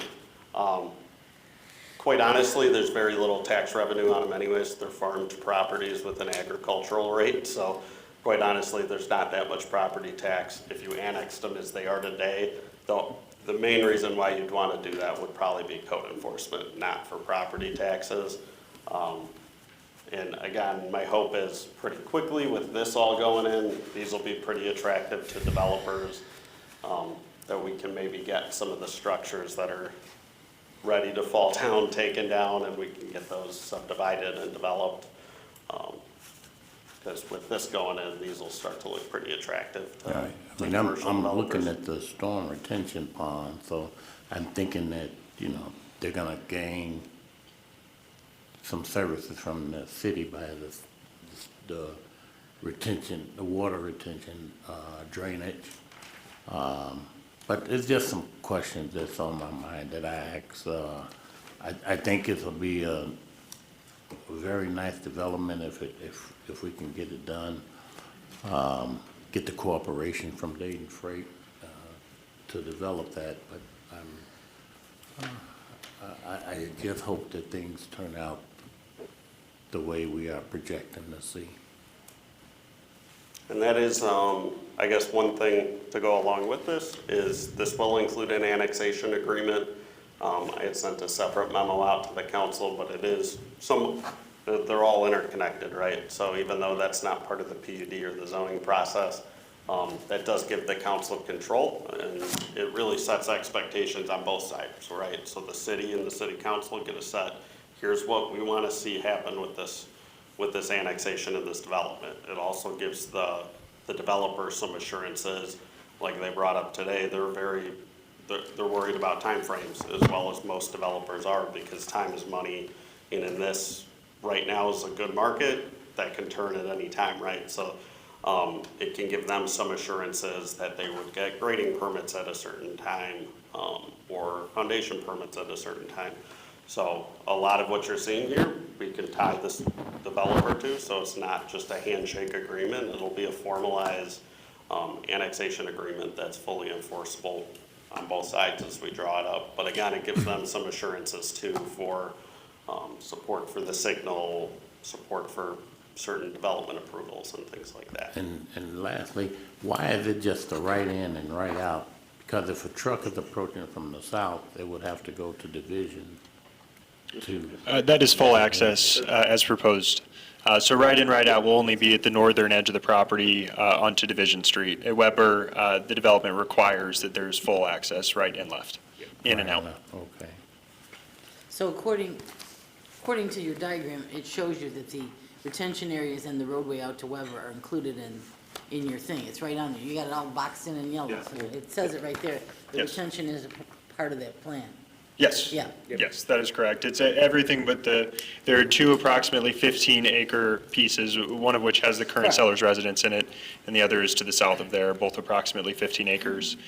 In the future, the stormwater management area can be expanded out of that residual piece, but that will be the obligation of a commercial developer, whoever a future buyer may be at a time that the seller decides to part with the property. Okay, any other comments from city council? I'll just kind of echo what I've heard. This looks like a real good use for this land. There's a lot of logistics left yet, obviously. I'm confirming, I just want to confirm because your microphone's kind of in and out for me a little bit.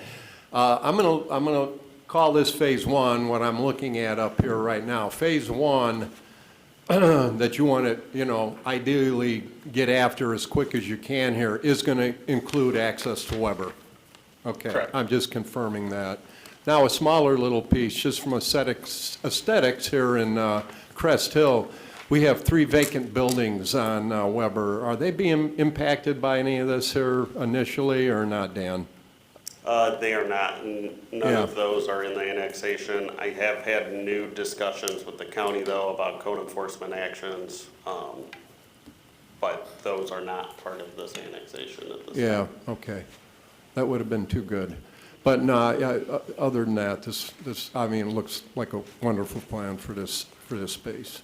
And that is something we can at least see if we can bring up as part of the discussion, as part of this process, at least the home, the school I do not believe is owned by the Mather family, but the home next to it I believe is. That's probably the one that's in worse shape. So maybe that's something we can at least bring up for discussion. Why not, as part of this, you know, try and get some time frame of them getting that demolished would be nice.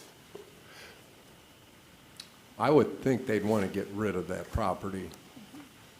You know. And maybe that's something that too, if the developer's gonna be out there with pretty heavy equipment, maybe we can Right. try and make a deal work. Right. I can't promise that, but we can bring it up for some discussion about if that's possible. Thank you. Anybody else? Comments? Okay, thank you, gentlemen. Thank you very much. I Appreciate would, your time.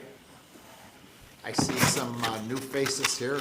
Does anybody want to make comment from the audience in regards to this proposal? None? Okay. All right, are we looking for a vote here tonight, or do you think you have enough for direction to keep moving going forward? I would suggest, it seems like it's past practice to have a straw poll, just so the developer can leave. I mean, they're talking, you know, lots of investment that they need to make to go to the next step, and just have some comfort level that there's broad support of the city council. And as you gentlemen know, a straw vote is non-binding, so we'll just do a courtesy vote to give you direction. So be a direction to keep moving forward with the preliminary concept in regards to the proposal that was presented this evening. Anything else I need to add to that? Dan Nope. or Ron? Nope. No? We're good. Scott? Yes. Angelo? Yes. Darrell? Yes. Claudia? Yes. Tina? Yes. Mark? Yes. Nate? Yes. Joe? Yes. Okay. Thank you. Thank you. Good luck. I know you have a long drive home, so have a safe trip back. And thank you for a great presentation and your interest in the city of Crest Hill. Okay, let's go back to the 7A on the reports, communication from departments and elected officials. So first one is the mayor's report. I do not have any agenda items this evening, but I have two quick comments that I would like to make. The first one is, just like in 2023, the Grand Prairie Water Commission, which includes Crest Hill, Romeoville, Joliet, Shorewood, Shanahan, and Manuka, we had a friendly competition amongst the mayors called the Wylands Water Conservation Challenge. And we won the first trophy that was given out by the Water Commission back in 2023. We actually had it for 2 years, and then I had to pass it off to the village of Shanahan last year. So we are doing it again. I will tell you, we are in third place at the current time. Manuka is in first place, and Shorewood is in second. We are in third out of 6. So I am asking all of our residents in the city of Crest Hill to take the quick water pledge. And all you have to do is go to mywaterpledge.com. You click on the blue and you take the pledge. This is going to take you less than 5 minutes in total. You hit the button in the upper right-hand corner of the screen. That's where you type in City of Crest Hill, Illinois, in the box for the city that you reside in. And then you follow the prompts to complete the pledge for the Water Conservation Challenge. And whoever gets the most votes out of the 6 communities will win somebody in that, at the end of the pledge, they're going to ask you if you want to be part of the free gift and in the contest. And if you put your name down, that winning community will have an opportunity. They'll be picked a name out of the bin, and you'll win a nice basket from the Grand Prairie Water Commission. So I would ask for your consideration and your help in getting us that trophy back here by voting. And the other thing is Memorial Day is coming up to us on May 25th. We are going to be having our 38th annual Memorial Day program outside right here where all the flags are out, and we have 1,200 names on the monuments.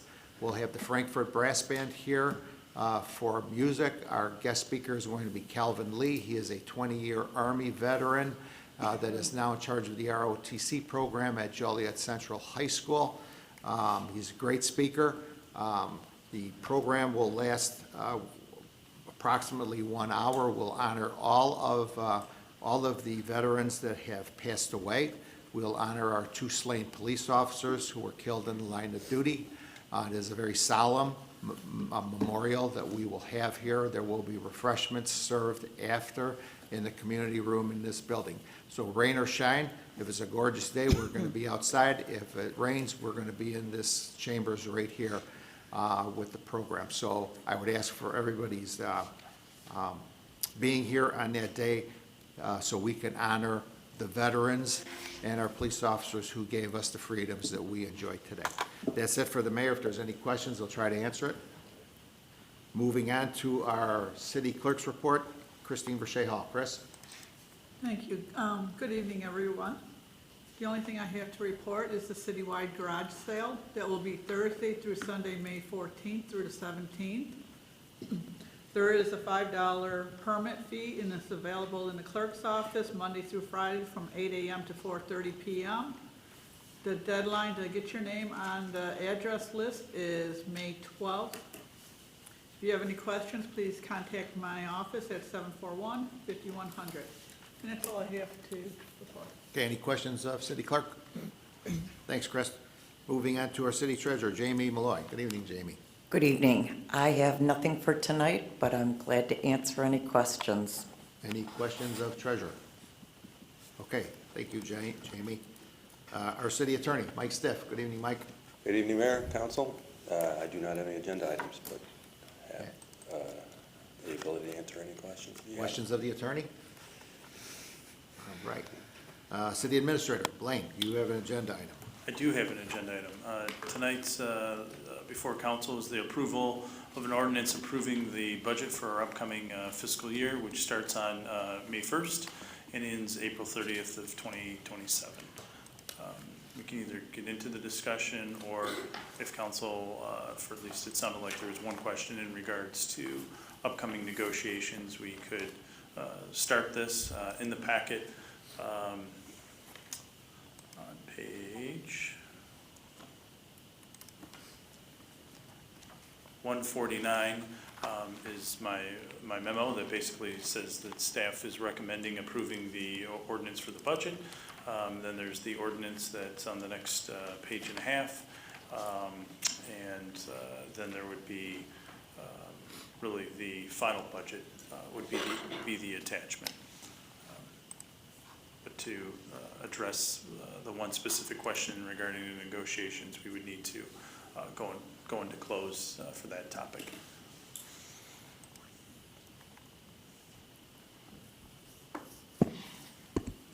Okay. What are we looking Closed for session here? first? Or are we coming back to this? Can we finish the agenda and come back to this? I think this is the last item that, I mean, there's just questions, and then there is another closed item. Do you want to do the rest of the department reports? Is that? That's what I would Okay. correct. I mean, that's usually kind of how we do it, where we have executive session at the end of the meeting and then come back to vote. That's fine, Mayor. Okay. If you would. You have anything else then? I do. Okay, any questions of city administrator? All right, thanks, Blaine. Moving on to our Public Works Department, our Public Works Director, Gary Richardson. Gary? Yes, Mayor, Council, just want to announce, Crest Public Works Department, touch a truck at our Public Works facility at 2090 Oakland Avenue on Saturday, May 16th, from 9 a.m. to 12 noon. I'm hoping to see everyone out. We have quite a few, right now, over 20 trucks that are going to be in our front parking lot, and I hope to see everyone out there on May 16th, 9 a.m. Thank you. Any questions of Gary? Thanks I'm for the sorry. quick response to my phone call tonight from that gentleman in Colony West. I actually stopped there before I came here, and the Public Works employee, Eric, followed me right in and took care of everything, so, Thank you. thank you. I want to thank Gary for a request that I had earlier. Just wanted to thank you and your staff. If we could really jump back to Blaine real quick, I thought of a question for him. I know in the past I've asked about televising work sessions. Are we doing that? Our current equipment still does not allow for that. We've had the companies come in, so I'm hoping to purchase that equipment so that we'd be able to. Currently, right now, the equipment from Xfinity Comcast is down, as is the AT&T equipment. That was the equipment that was originally brought over from the previous city hall. So currently, we're also not able to stream or broadcast due to the equipment that we currently have. But that's more recent. The failure of the equipment down is tonight? Correct. But in the past, we've been televising. We have been. Or recording, I shouldn't say. Yeah, well, we've been able to broadcast through that equipment. The new equipment would allow us to both broadcast and stream. So right now, we don't have that capability. I thought there was a camera over here that could have been moved and. Yeah, so we'd still have to have equipment to actually broadcast through the streaming. So that's the part of the equipment, the software to allow us to do that. Even just by moving the camera or even utilizing one of our current cameras. So whether it's a work session or a council meeting, it's different technology? Well, it's different staff, so we've been paying for a person to actually be in the back for the council meetings. Okay. We currently don't have that for our work sessions. The individual who we pay is not available for the work sessions, so we'll have to solve that solution. However, with the new software, basically it would allow us to turn on the system and be able to do it. Okay. Because we did have the one work session that was televised and on YouTube. The joint meeting with council and plan commission, which was a work session. So Yeah, we had the ability to do it that night, but that was a staffing issue? Yeah, so that was me actually going back there and turning it on and just hoping for the best. There was no movement with the cameras or anything like that. I had to then verify with our consultant to make sure that I guess the stream was live, and I had to go in the back after the meeting to stop the stream. Okay. Can we please try to get resolution to that? Because I feel it's important for the residents to see their local government I agree 100%. in action, and the work sessions are important. Yep. And I think the longer it doesn't happen, when it says we're working on it, it's just not a good look. Yeah, again, as I reminded council, I needed to have an assistant here so that we could work through that. I've had an assistant for 1 month, so again, I'm working as hard as I can to get that.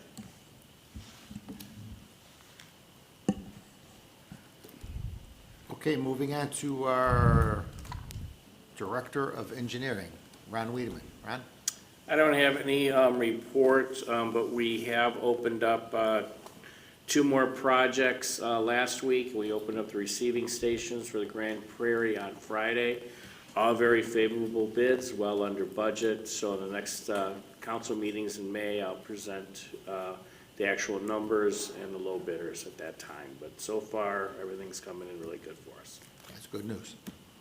Any questions of Ron? All right, thanks, Ron. Finance Director, Glenn Gerke. I have nothing to report this time, but if you have any questions, I'll be glad to Any answer. questions of Glenn? All right, thanks, Glenn. Our Police Department, our Police Chief, Ed Clark. Ed? I do not have any items this evening, and I will entertain any questions. Questions? Thank you. Thank you. Community Development has been taken care of. Nothing else, Dan? Nope, I'll just say we're very, very busy in the building department, so I think we're gonna have kind of set some records on building permits for this month, so that's a good thing. We got a lot of reinvestment happening here.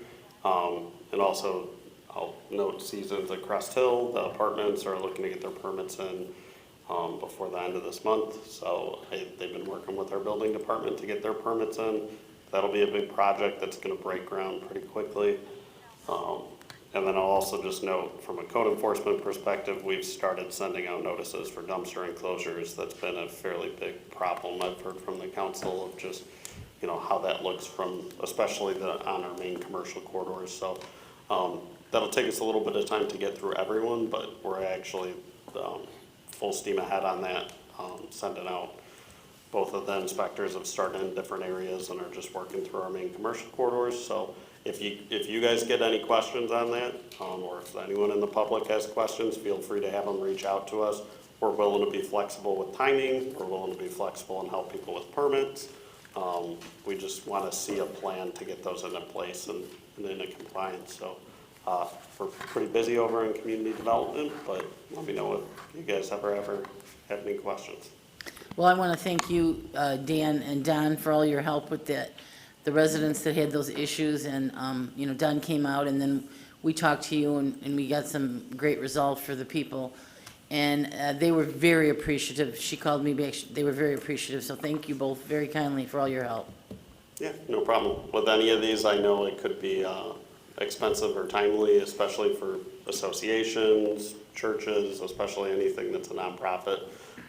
We're totally willing to be. It hasn't been enforced for quite some time, which is a shame, but we're also need to be reasonable and respectful for businesses, associations. So whatever we can do, as long as somebody's working with us, we're willing to work with them.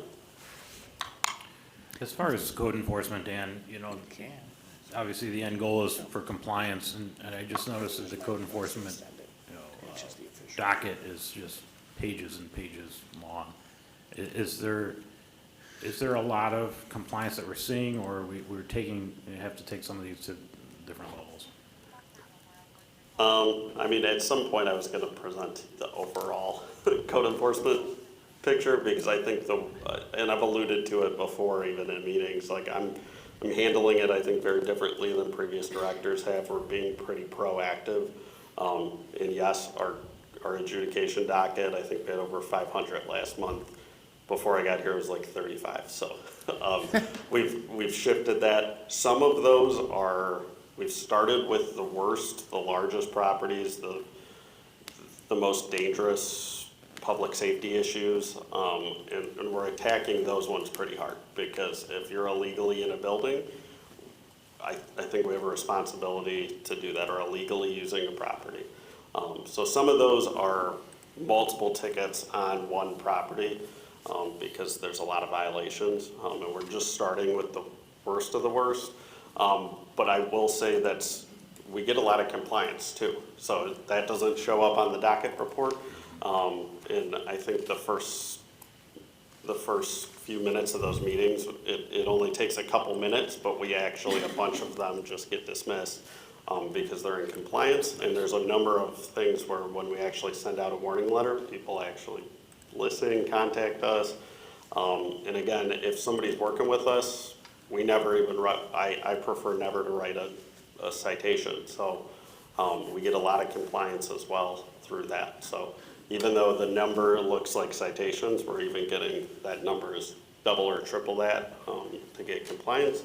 And that's really, I'll call out Don, Jake, and Adam, all do a great job. So they work with our business owners, they work with residents and property owners, and we do the best we can to try and get stuff improved. There's still a ways to go, though. Thank you. Dan, you brought up the apartments, and that, I just remember something. I want to thank Public Works for the signs for the no parking. Also for the police department, they still parking there. Some of them moved. Yes, and some of them, they moved their cars by the barricades, by where that one street's supposed to open eventually. So if you can start sending someone there. Absolutely. Thank you. Okay, thanks, Dan. Moving on to unfinished business, we have nothing. Anyone? New business, anybody? Committee liaison reports, anyone? City council comments, positive city council comments, anything you'd like to share with any of your constituents? We going Alderman Kubal? Nothing at this time, Mayor. Alderman Albert? Nothing at this time, Mayor. Alderman Sapiti, Nothing tonight. Alderperson Oberlin, Nothing, thank you. Alderwoman Gazal, Nothing at this time. Alderman Jefferson, Nothing at this time. Alderman Desario, Nothing at this time, Mayor. Alderman Dyke. And I'm going to echo everybody else. Nothing Okay. at this time. We have nothing positive tonight. Public comment. Anyone would like to address city council, please step to the podium, state your name for the record. Address is optional. Linda? And that's positive only. It's positive. I have a name of 3 different door companies that I've also contacted and asked them if they fix ADA doors. And one is Atlas, Wunderlich, and Naperville Door Repair, and there's also Elgin Door Repair, and they all fix ADA doors, because them doors have not worked. The entry door, where you hit the button. It hasn't worked since, I don't remember when, but I just thought I'd give you the name of a few companies. The doors, when you come in the building, Yeah, correct. They don't work. they don't work. That's all I have. Okay, thank you. Anybody else? Okay, Mike, is there a need for an executive session? Okay, so the posted, or the 122C21, by virtue of your passage of Resolution 1408 on the consent agenda, is no longer necessary, but based on comments during the meeting, a executive session under 5 ILCS 122C1, which is compensation, and 5 ILCS 122C2 to cover both, which is collective negotiation matters, would be in order. Motion would be in order. Some move. Second. We have a motion by Alderwoman Gazal, seconded by Alderman Sapiti, to go into executive session for 2C1 and 2C2. Questions or comments? Roll call, Chris? Tina Oberlin, Yes. Mark Sepiti, Yes. Nate Albert, Yes. Joe Kubal, Yes. Scott Dyke, Yes. Angelo Desario, Yes. Darrell Jefferson, Yes. Claudia Gazal. Yes. Motion carries, thank you. All right, we'll be going into executive session at 9:06 PM.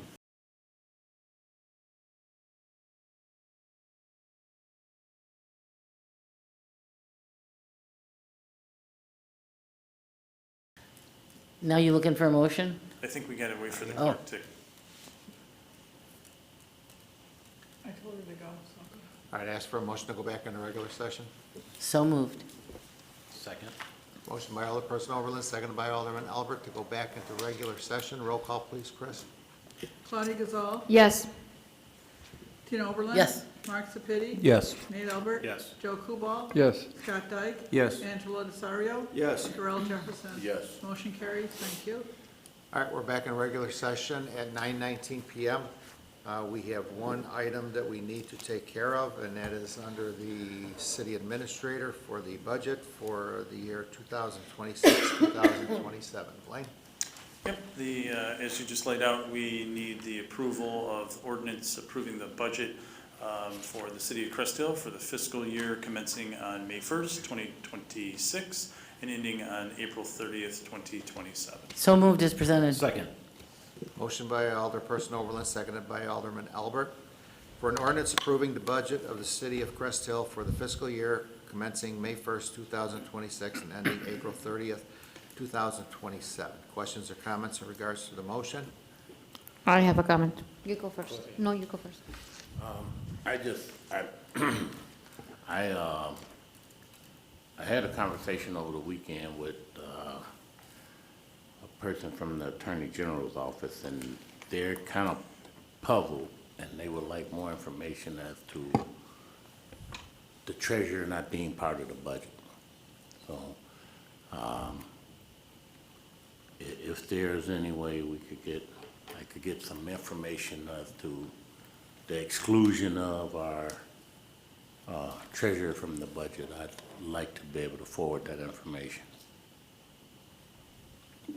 You would have to ask the treasurer. I've invited her to meet with myself and the staff. But she's not part of the committee, so. Yeah, the committee just got the information ahead of time from council.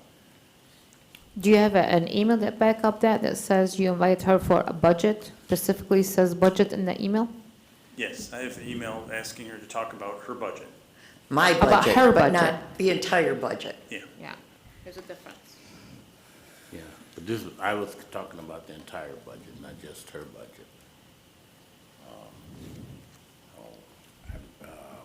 That's the information I would be looking forward to. There's no such information to share.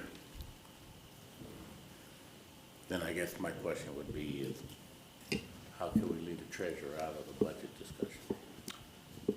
Again, the treasurer's responsibility is not specifically this budget. There's the oversight, but not the creation of the budget. Right, but they should be included in the, If council would like to direct me and the staff, I'm happy to include that, but that is not in the responsibilities that the state statute, which is what the city follows, has set out. I don't know about that, because the state statute called the treasurer the chief financial officer. So that would kind of be inclusive. So you were not any of those meetings? No. I asked to go into the meeting that was being held and was told that I was not invited, that there is now a finance committee being Alderman Dyke and Alderman DeSario, and I wasn't invited.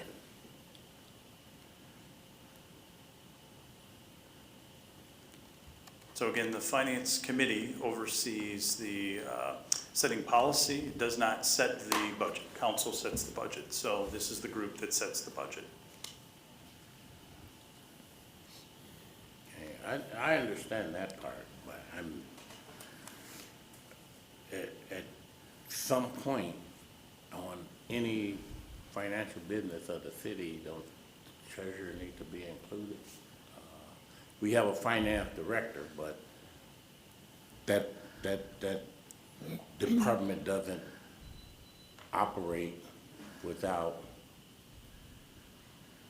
the elected official. It shouldn't. Well, council, on the night that I was sworn in, directed that department to report to me, so it doesn't Right. have an elected The official. department to report to you, but Correct. the responsibility of the treasurer is still the same. I've not taken anything away from the treasurer. But this is the first time I've heard, and since I've been elected, and that every treasurer has been involved with the finance of the city, regardless of their overseeing that part you're talking about, which is the office management. That's totally different from a treasurer responsibility. Right, so And she the still fact that we have a committee, that you created the committee, and she's not part of that meeting either, that's kind of like, I mean, because we sat here, a lot of us fighting for the past treasurer, you know. I was one of them. Tina, you were very vocal about the past treasurer. A lot of people here were vocal about that. And I think these are her duties, just like the way we have a duty. She should put her input, she should put her opinion in that budget.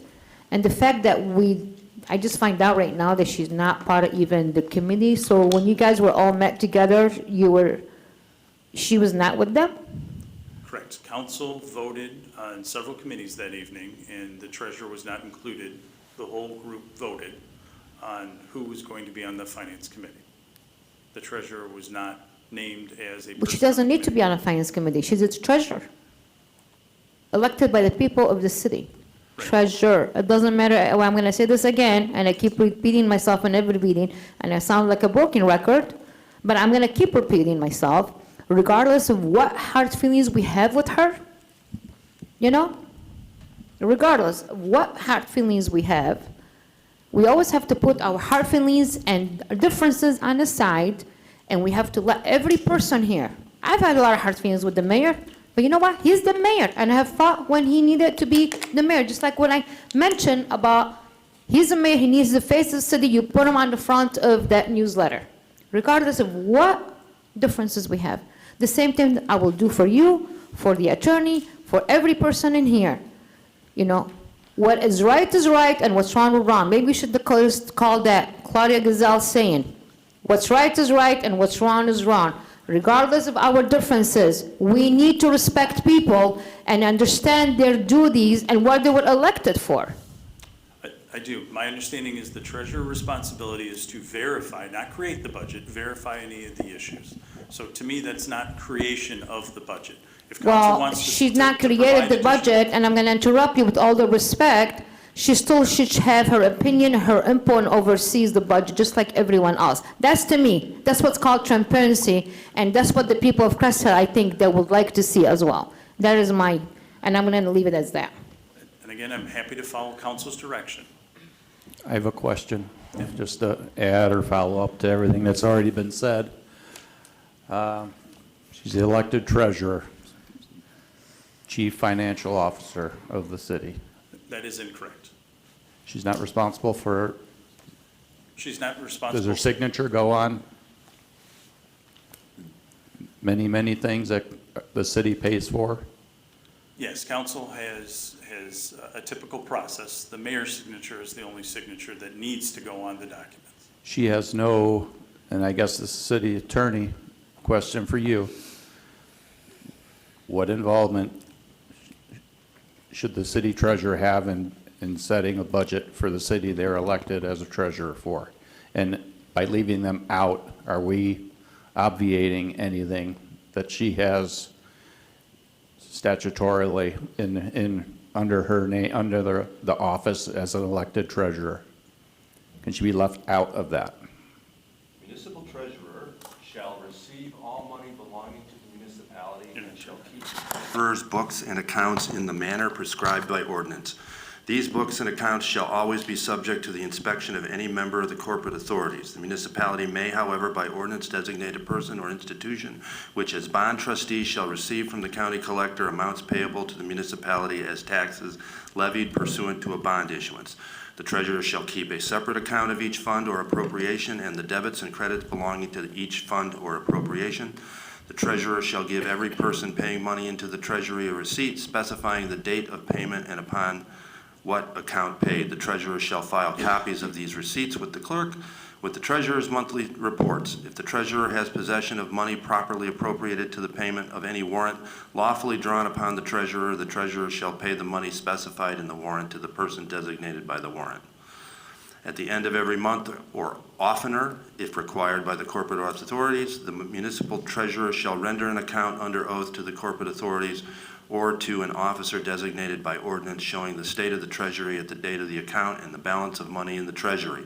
The treasurer shall accompany the account with a statement of all money received into the treasury and on what account, together with all warrants redeemed, paid by the treasurer.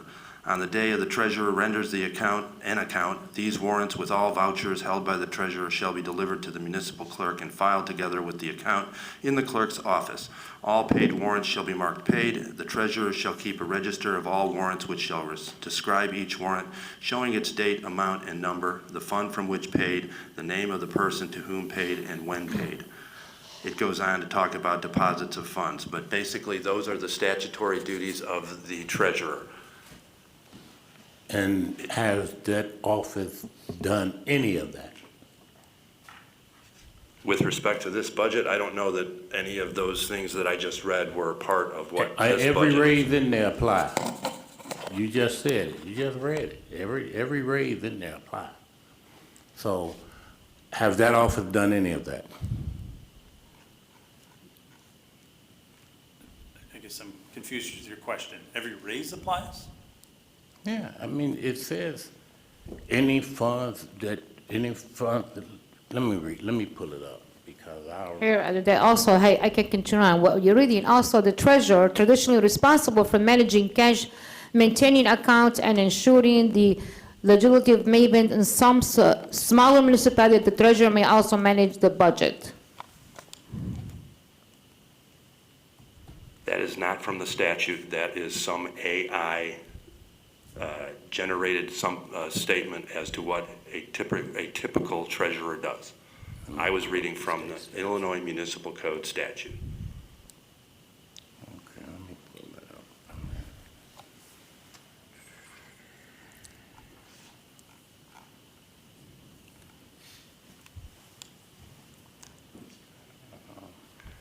Again, the treasurer has statutory duties, none of which say that she has to do X, Y, or Z with respect to the budget. But does it say she cannot?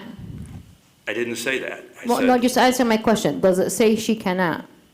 there is nothing in the doesn't say that. municipal Exactly. code that's, We are always you done going it to let like me that. finish, ma'am? We'll always have the treasurer be involved in opinion or comments in the budget. And now we come to find out today at the last minute that she was not involved at all. Is there a reason why she was not, other than we didn't elect her to the Finance Committee, which that night we chose who would be on it? I was under the assumption that was only open to members of council, not other elected officials. I was under the assumption that the treasurer would be a part of budget discussions. I think probably in the past, they always have been. And I just am concerned whether it's written statutorily stating specifically that they should be, that it gives the appearance that she was left out, and with everything that's been going on, it could look like it was a personal decision. Yeah, so when council last year took, I can't speak to prior years, I wasn't here, I still haven't been here a year. When council took the action the night that I was appointed, council moved the authority of the finance department, which underneath the city administrator. City administrator already had the direction to create the budget. So if in the past that was shared with, or additional information was shared with the treasurer, I do not see it statutorily required that the treasurer has any, responsibilities in the creation of the budget. There are duties that the treasurer statutorily does need to provide the treasurer's report, monthly, quarterly, and annually, and needs to sign it. She needs to get the proper bonding authority, which I am aware that she has done. I believe there's maybe one or two other items, but it's not the creation of the budget. If council would not have moved the finance department underneath the administrator, I think it would have followed the course that would have been the previous course. The treasurer then would be working with council and myself to create a budget. Well, I'm reading from Illinois Municipal League, but I was told a little while ago by our attorney that I'm reading some, I don't even have the application on my, I have it here from Municipal League, Illinois Municipal League, and that's what it states. You know, outline the adoption and of the combined annual budget and operation.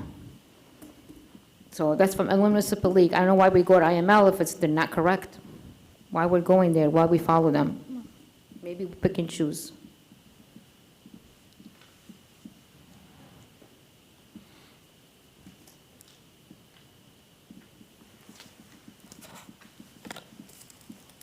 Any other comments from council?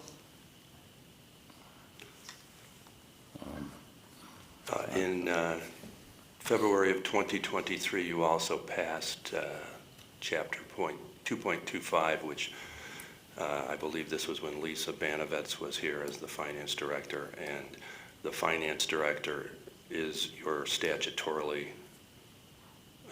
appointed budget officer for the city. Doesn't say anything that the treasurer can't be involved. It just says that you appointed the finance director as the budget officer for the creation of the budget.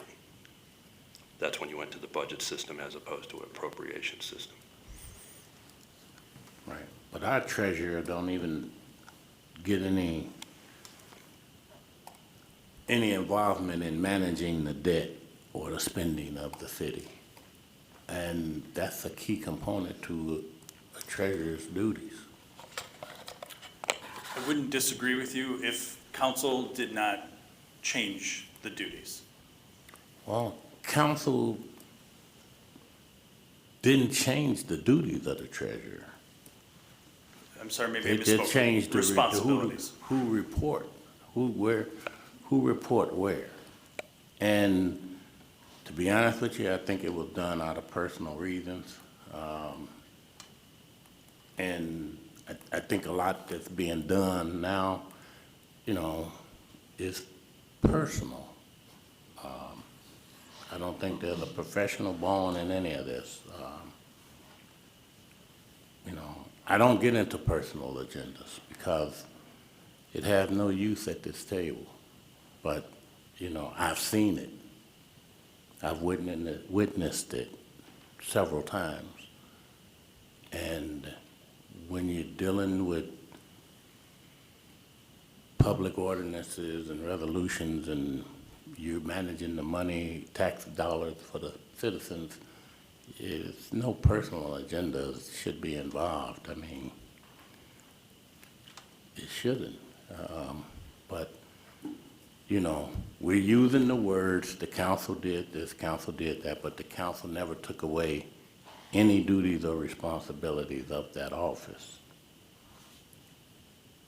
For whatever reason, they didn't want the finance department to report to this particular treasurer, but it was fine for the last treasurer. And, you know, we need to correct ourselves because I can honestly say on the path we're going, you know, we're going to get outside help, not hired outside help either. So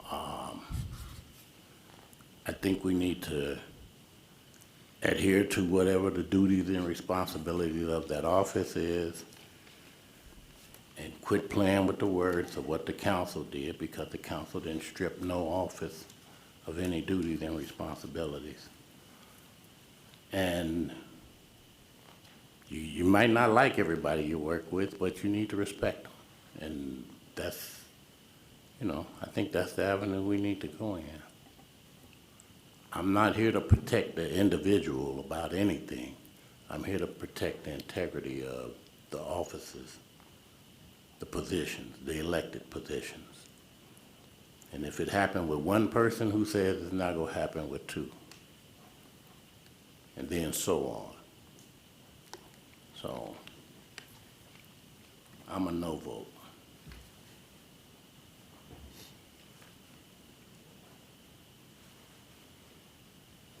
Okay, if there's no other comments before we call the roll, I have a couple comments to make. First of all, I've seen how much work has gone into this budget.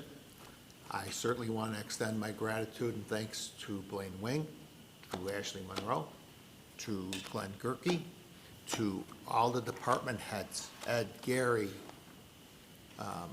Dan, who am I missing? Ron. I know how hard they worked on this budget to bring it to fruition.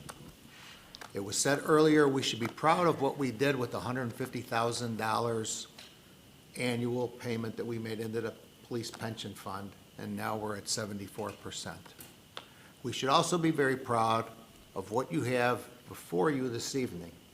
You have a balanced budget with a surplus of $295,000.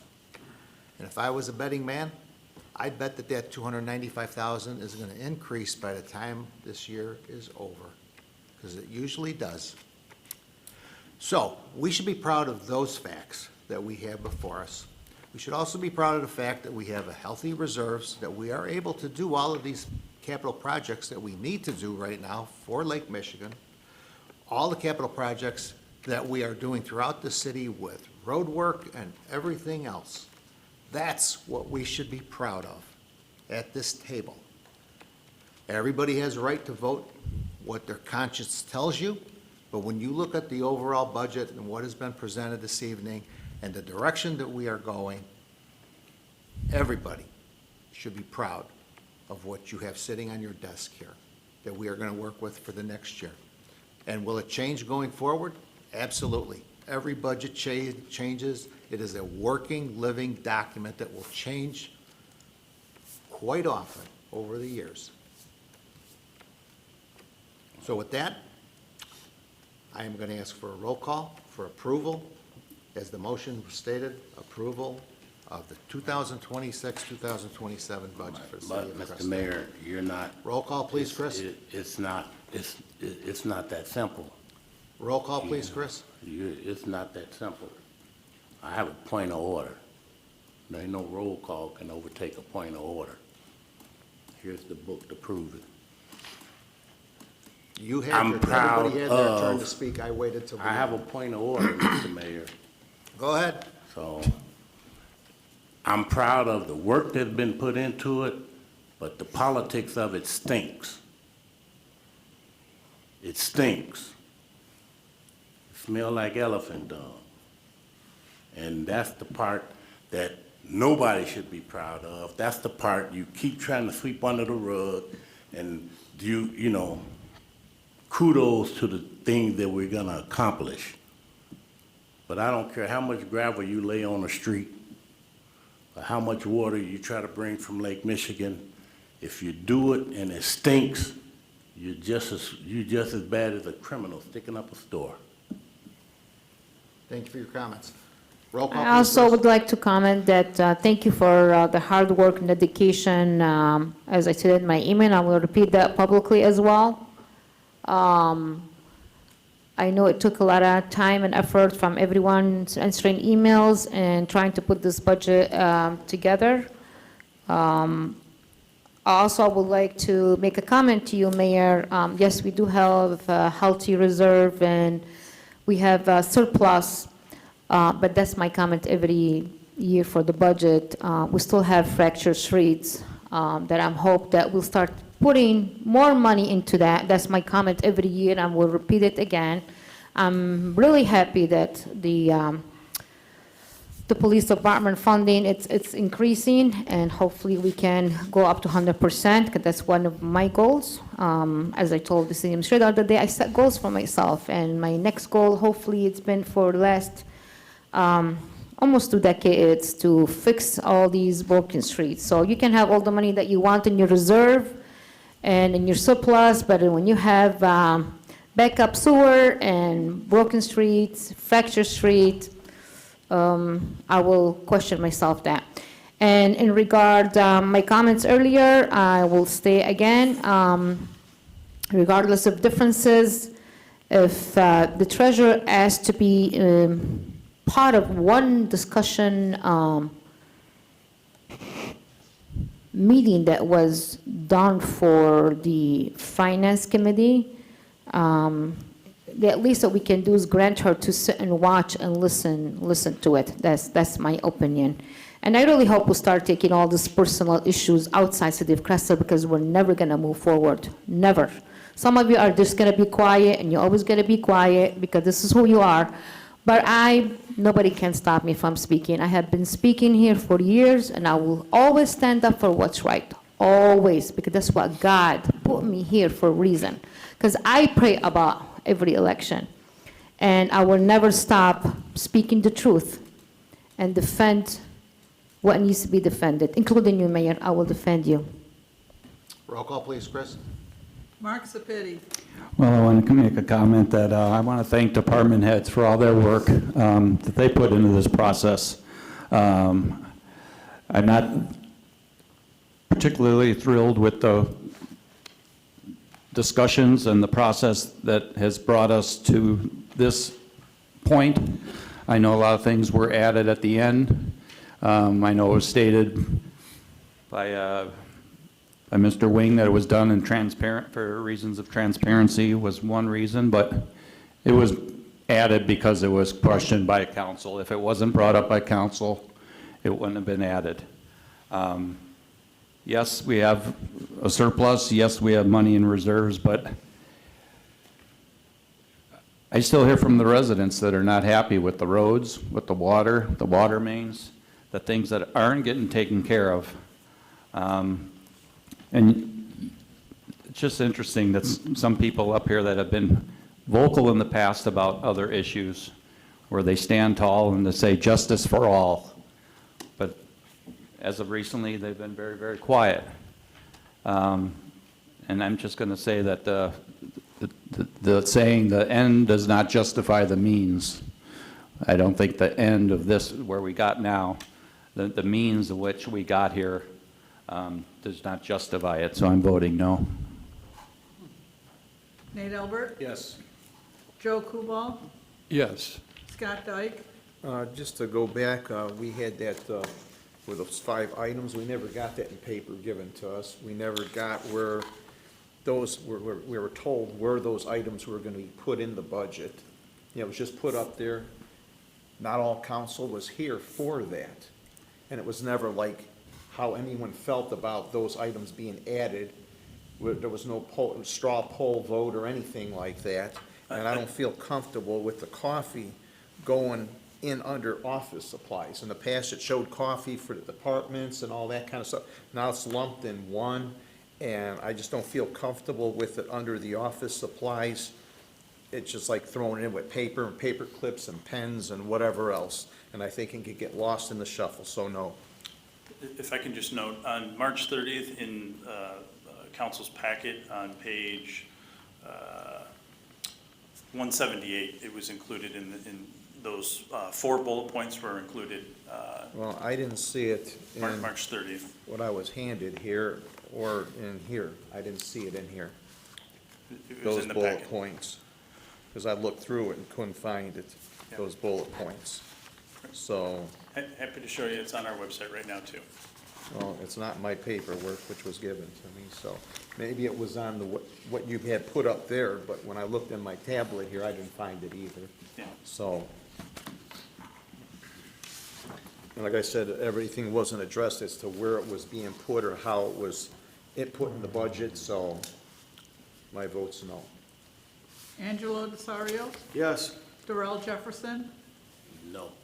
Claudia Gazal, There's one more thing I wanted to add. Given the resolved discussion about a merit, the increase that was given without the council approval, and I've set on Friday for 2 hours to listen to an executive session tapes, and since it hasn't become into a conclusion, I'm voting no.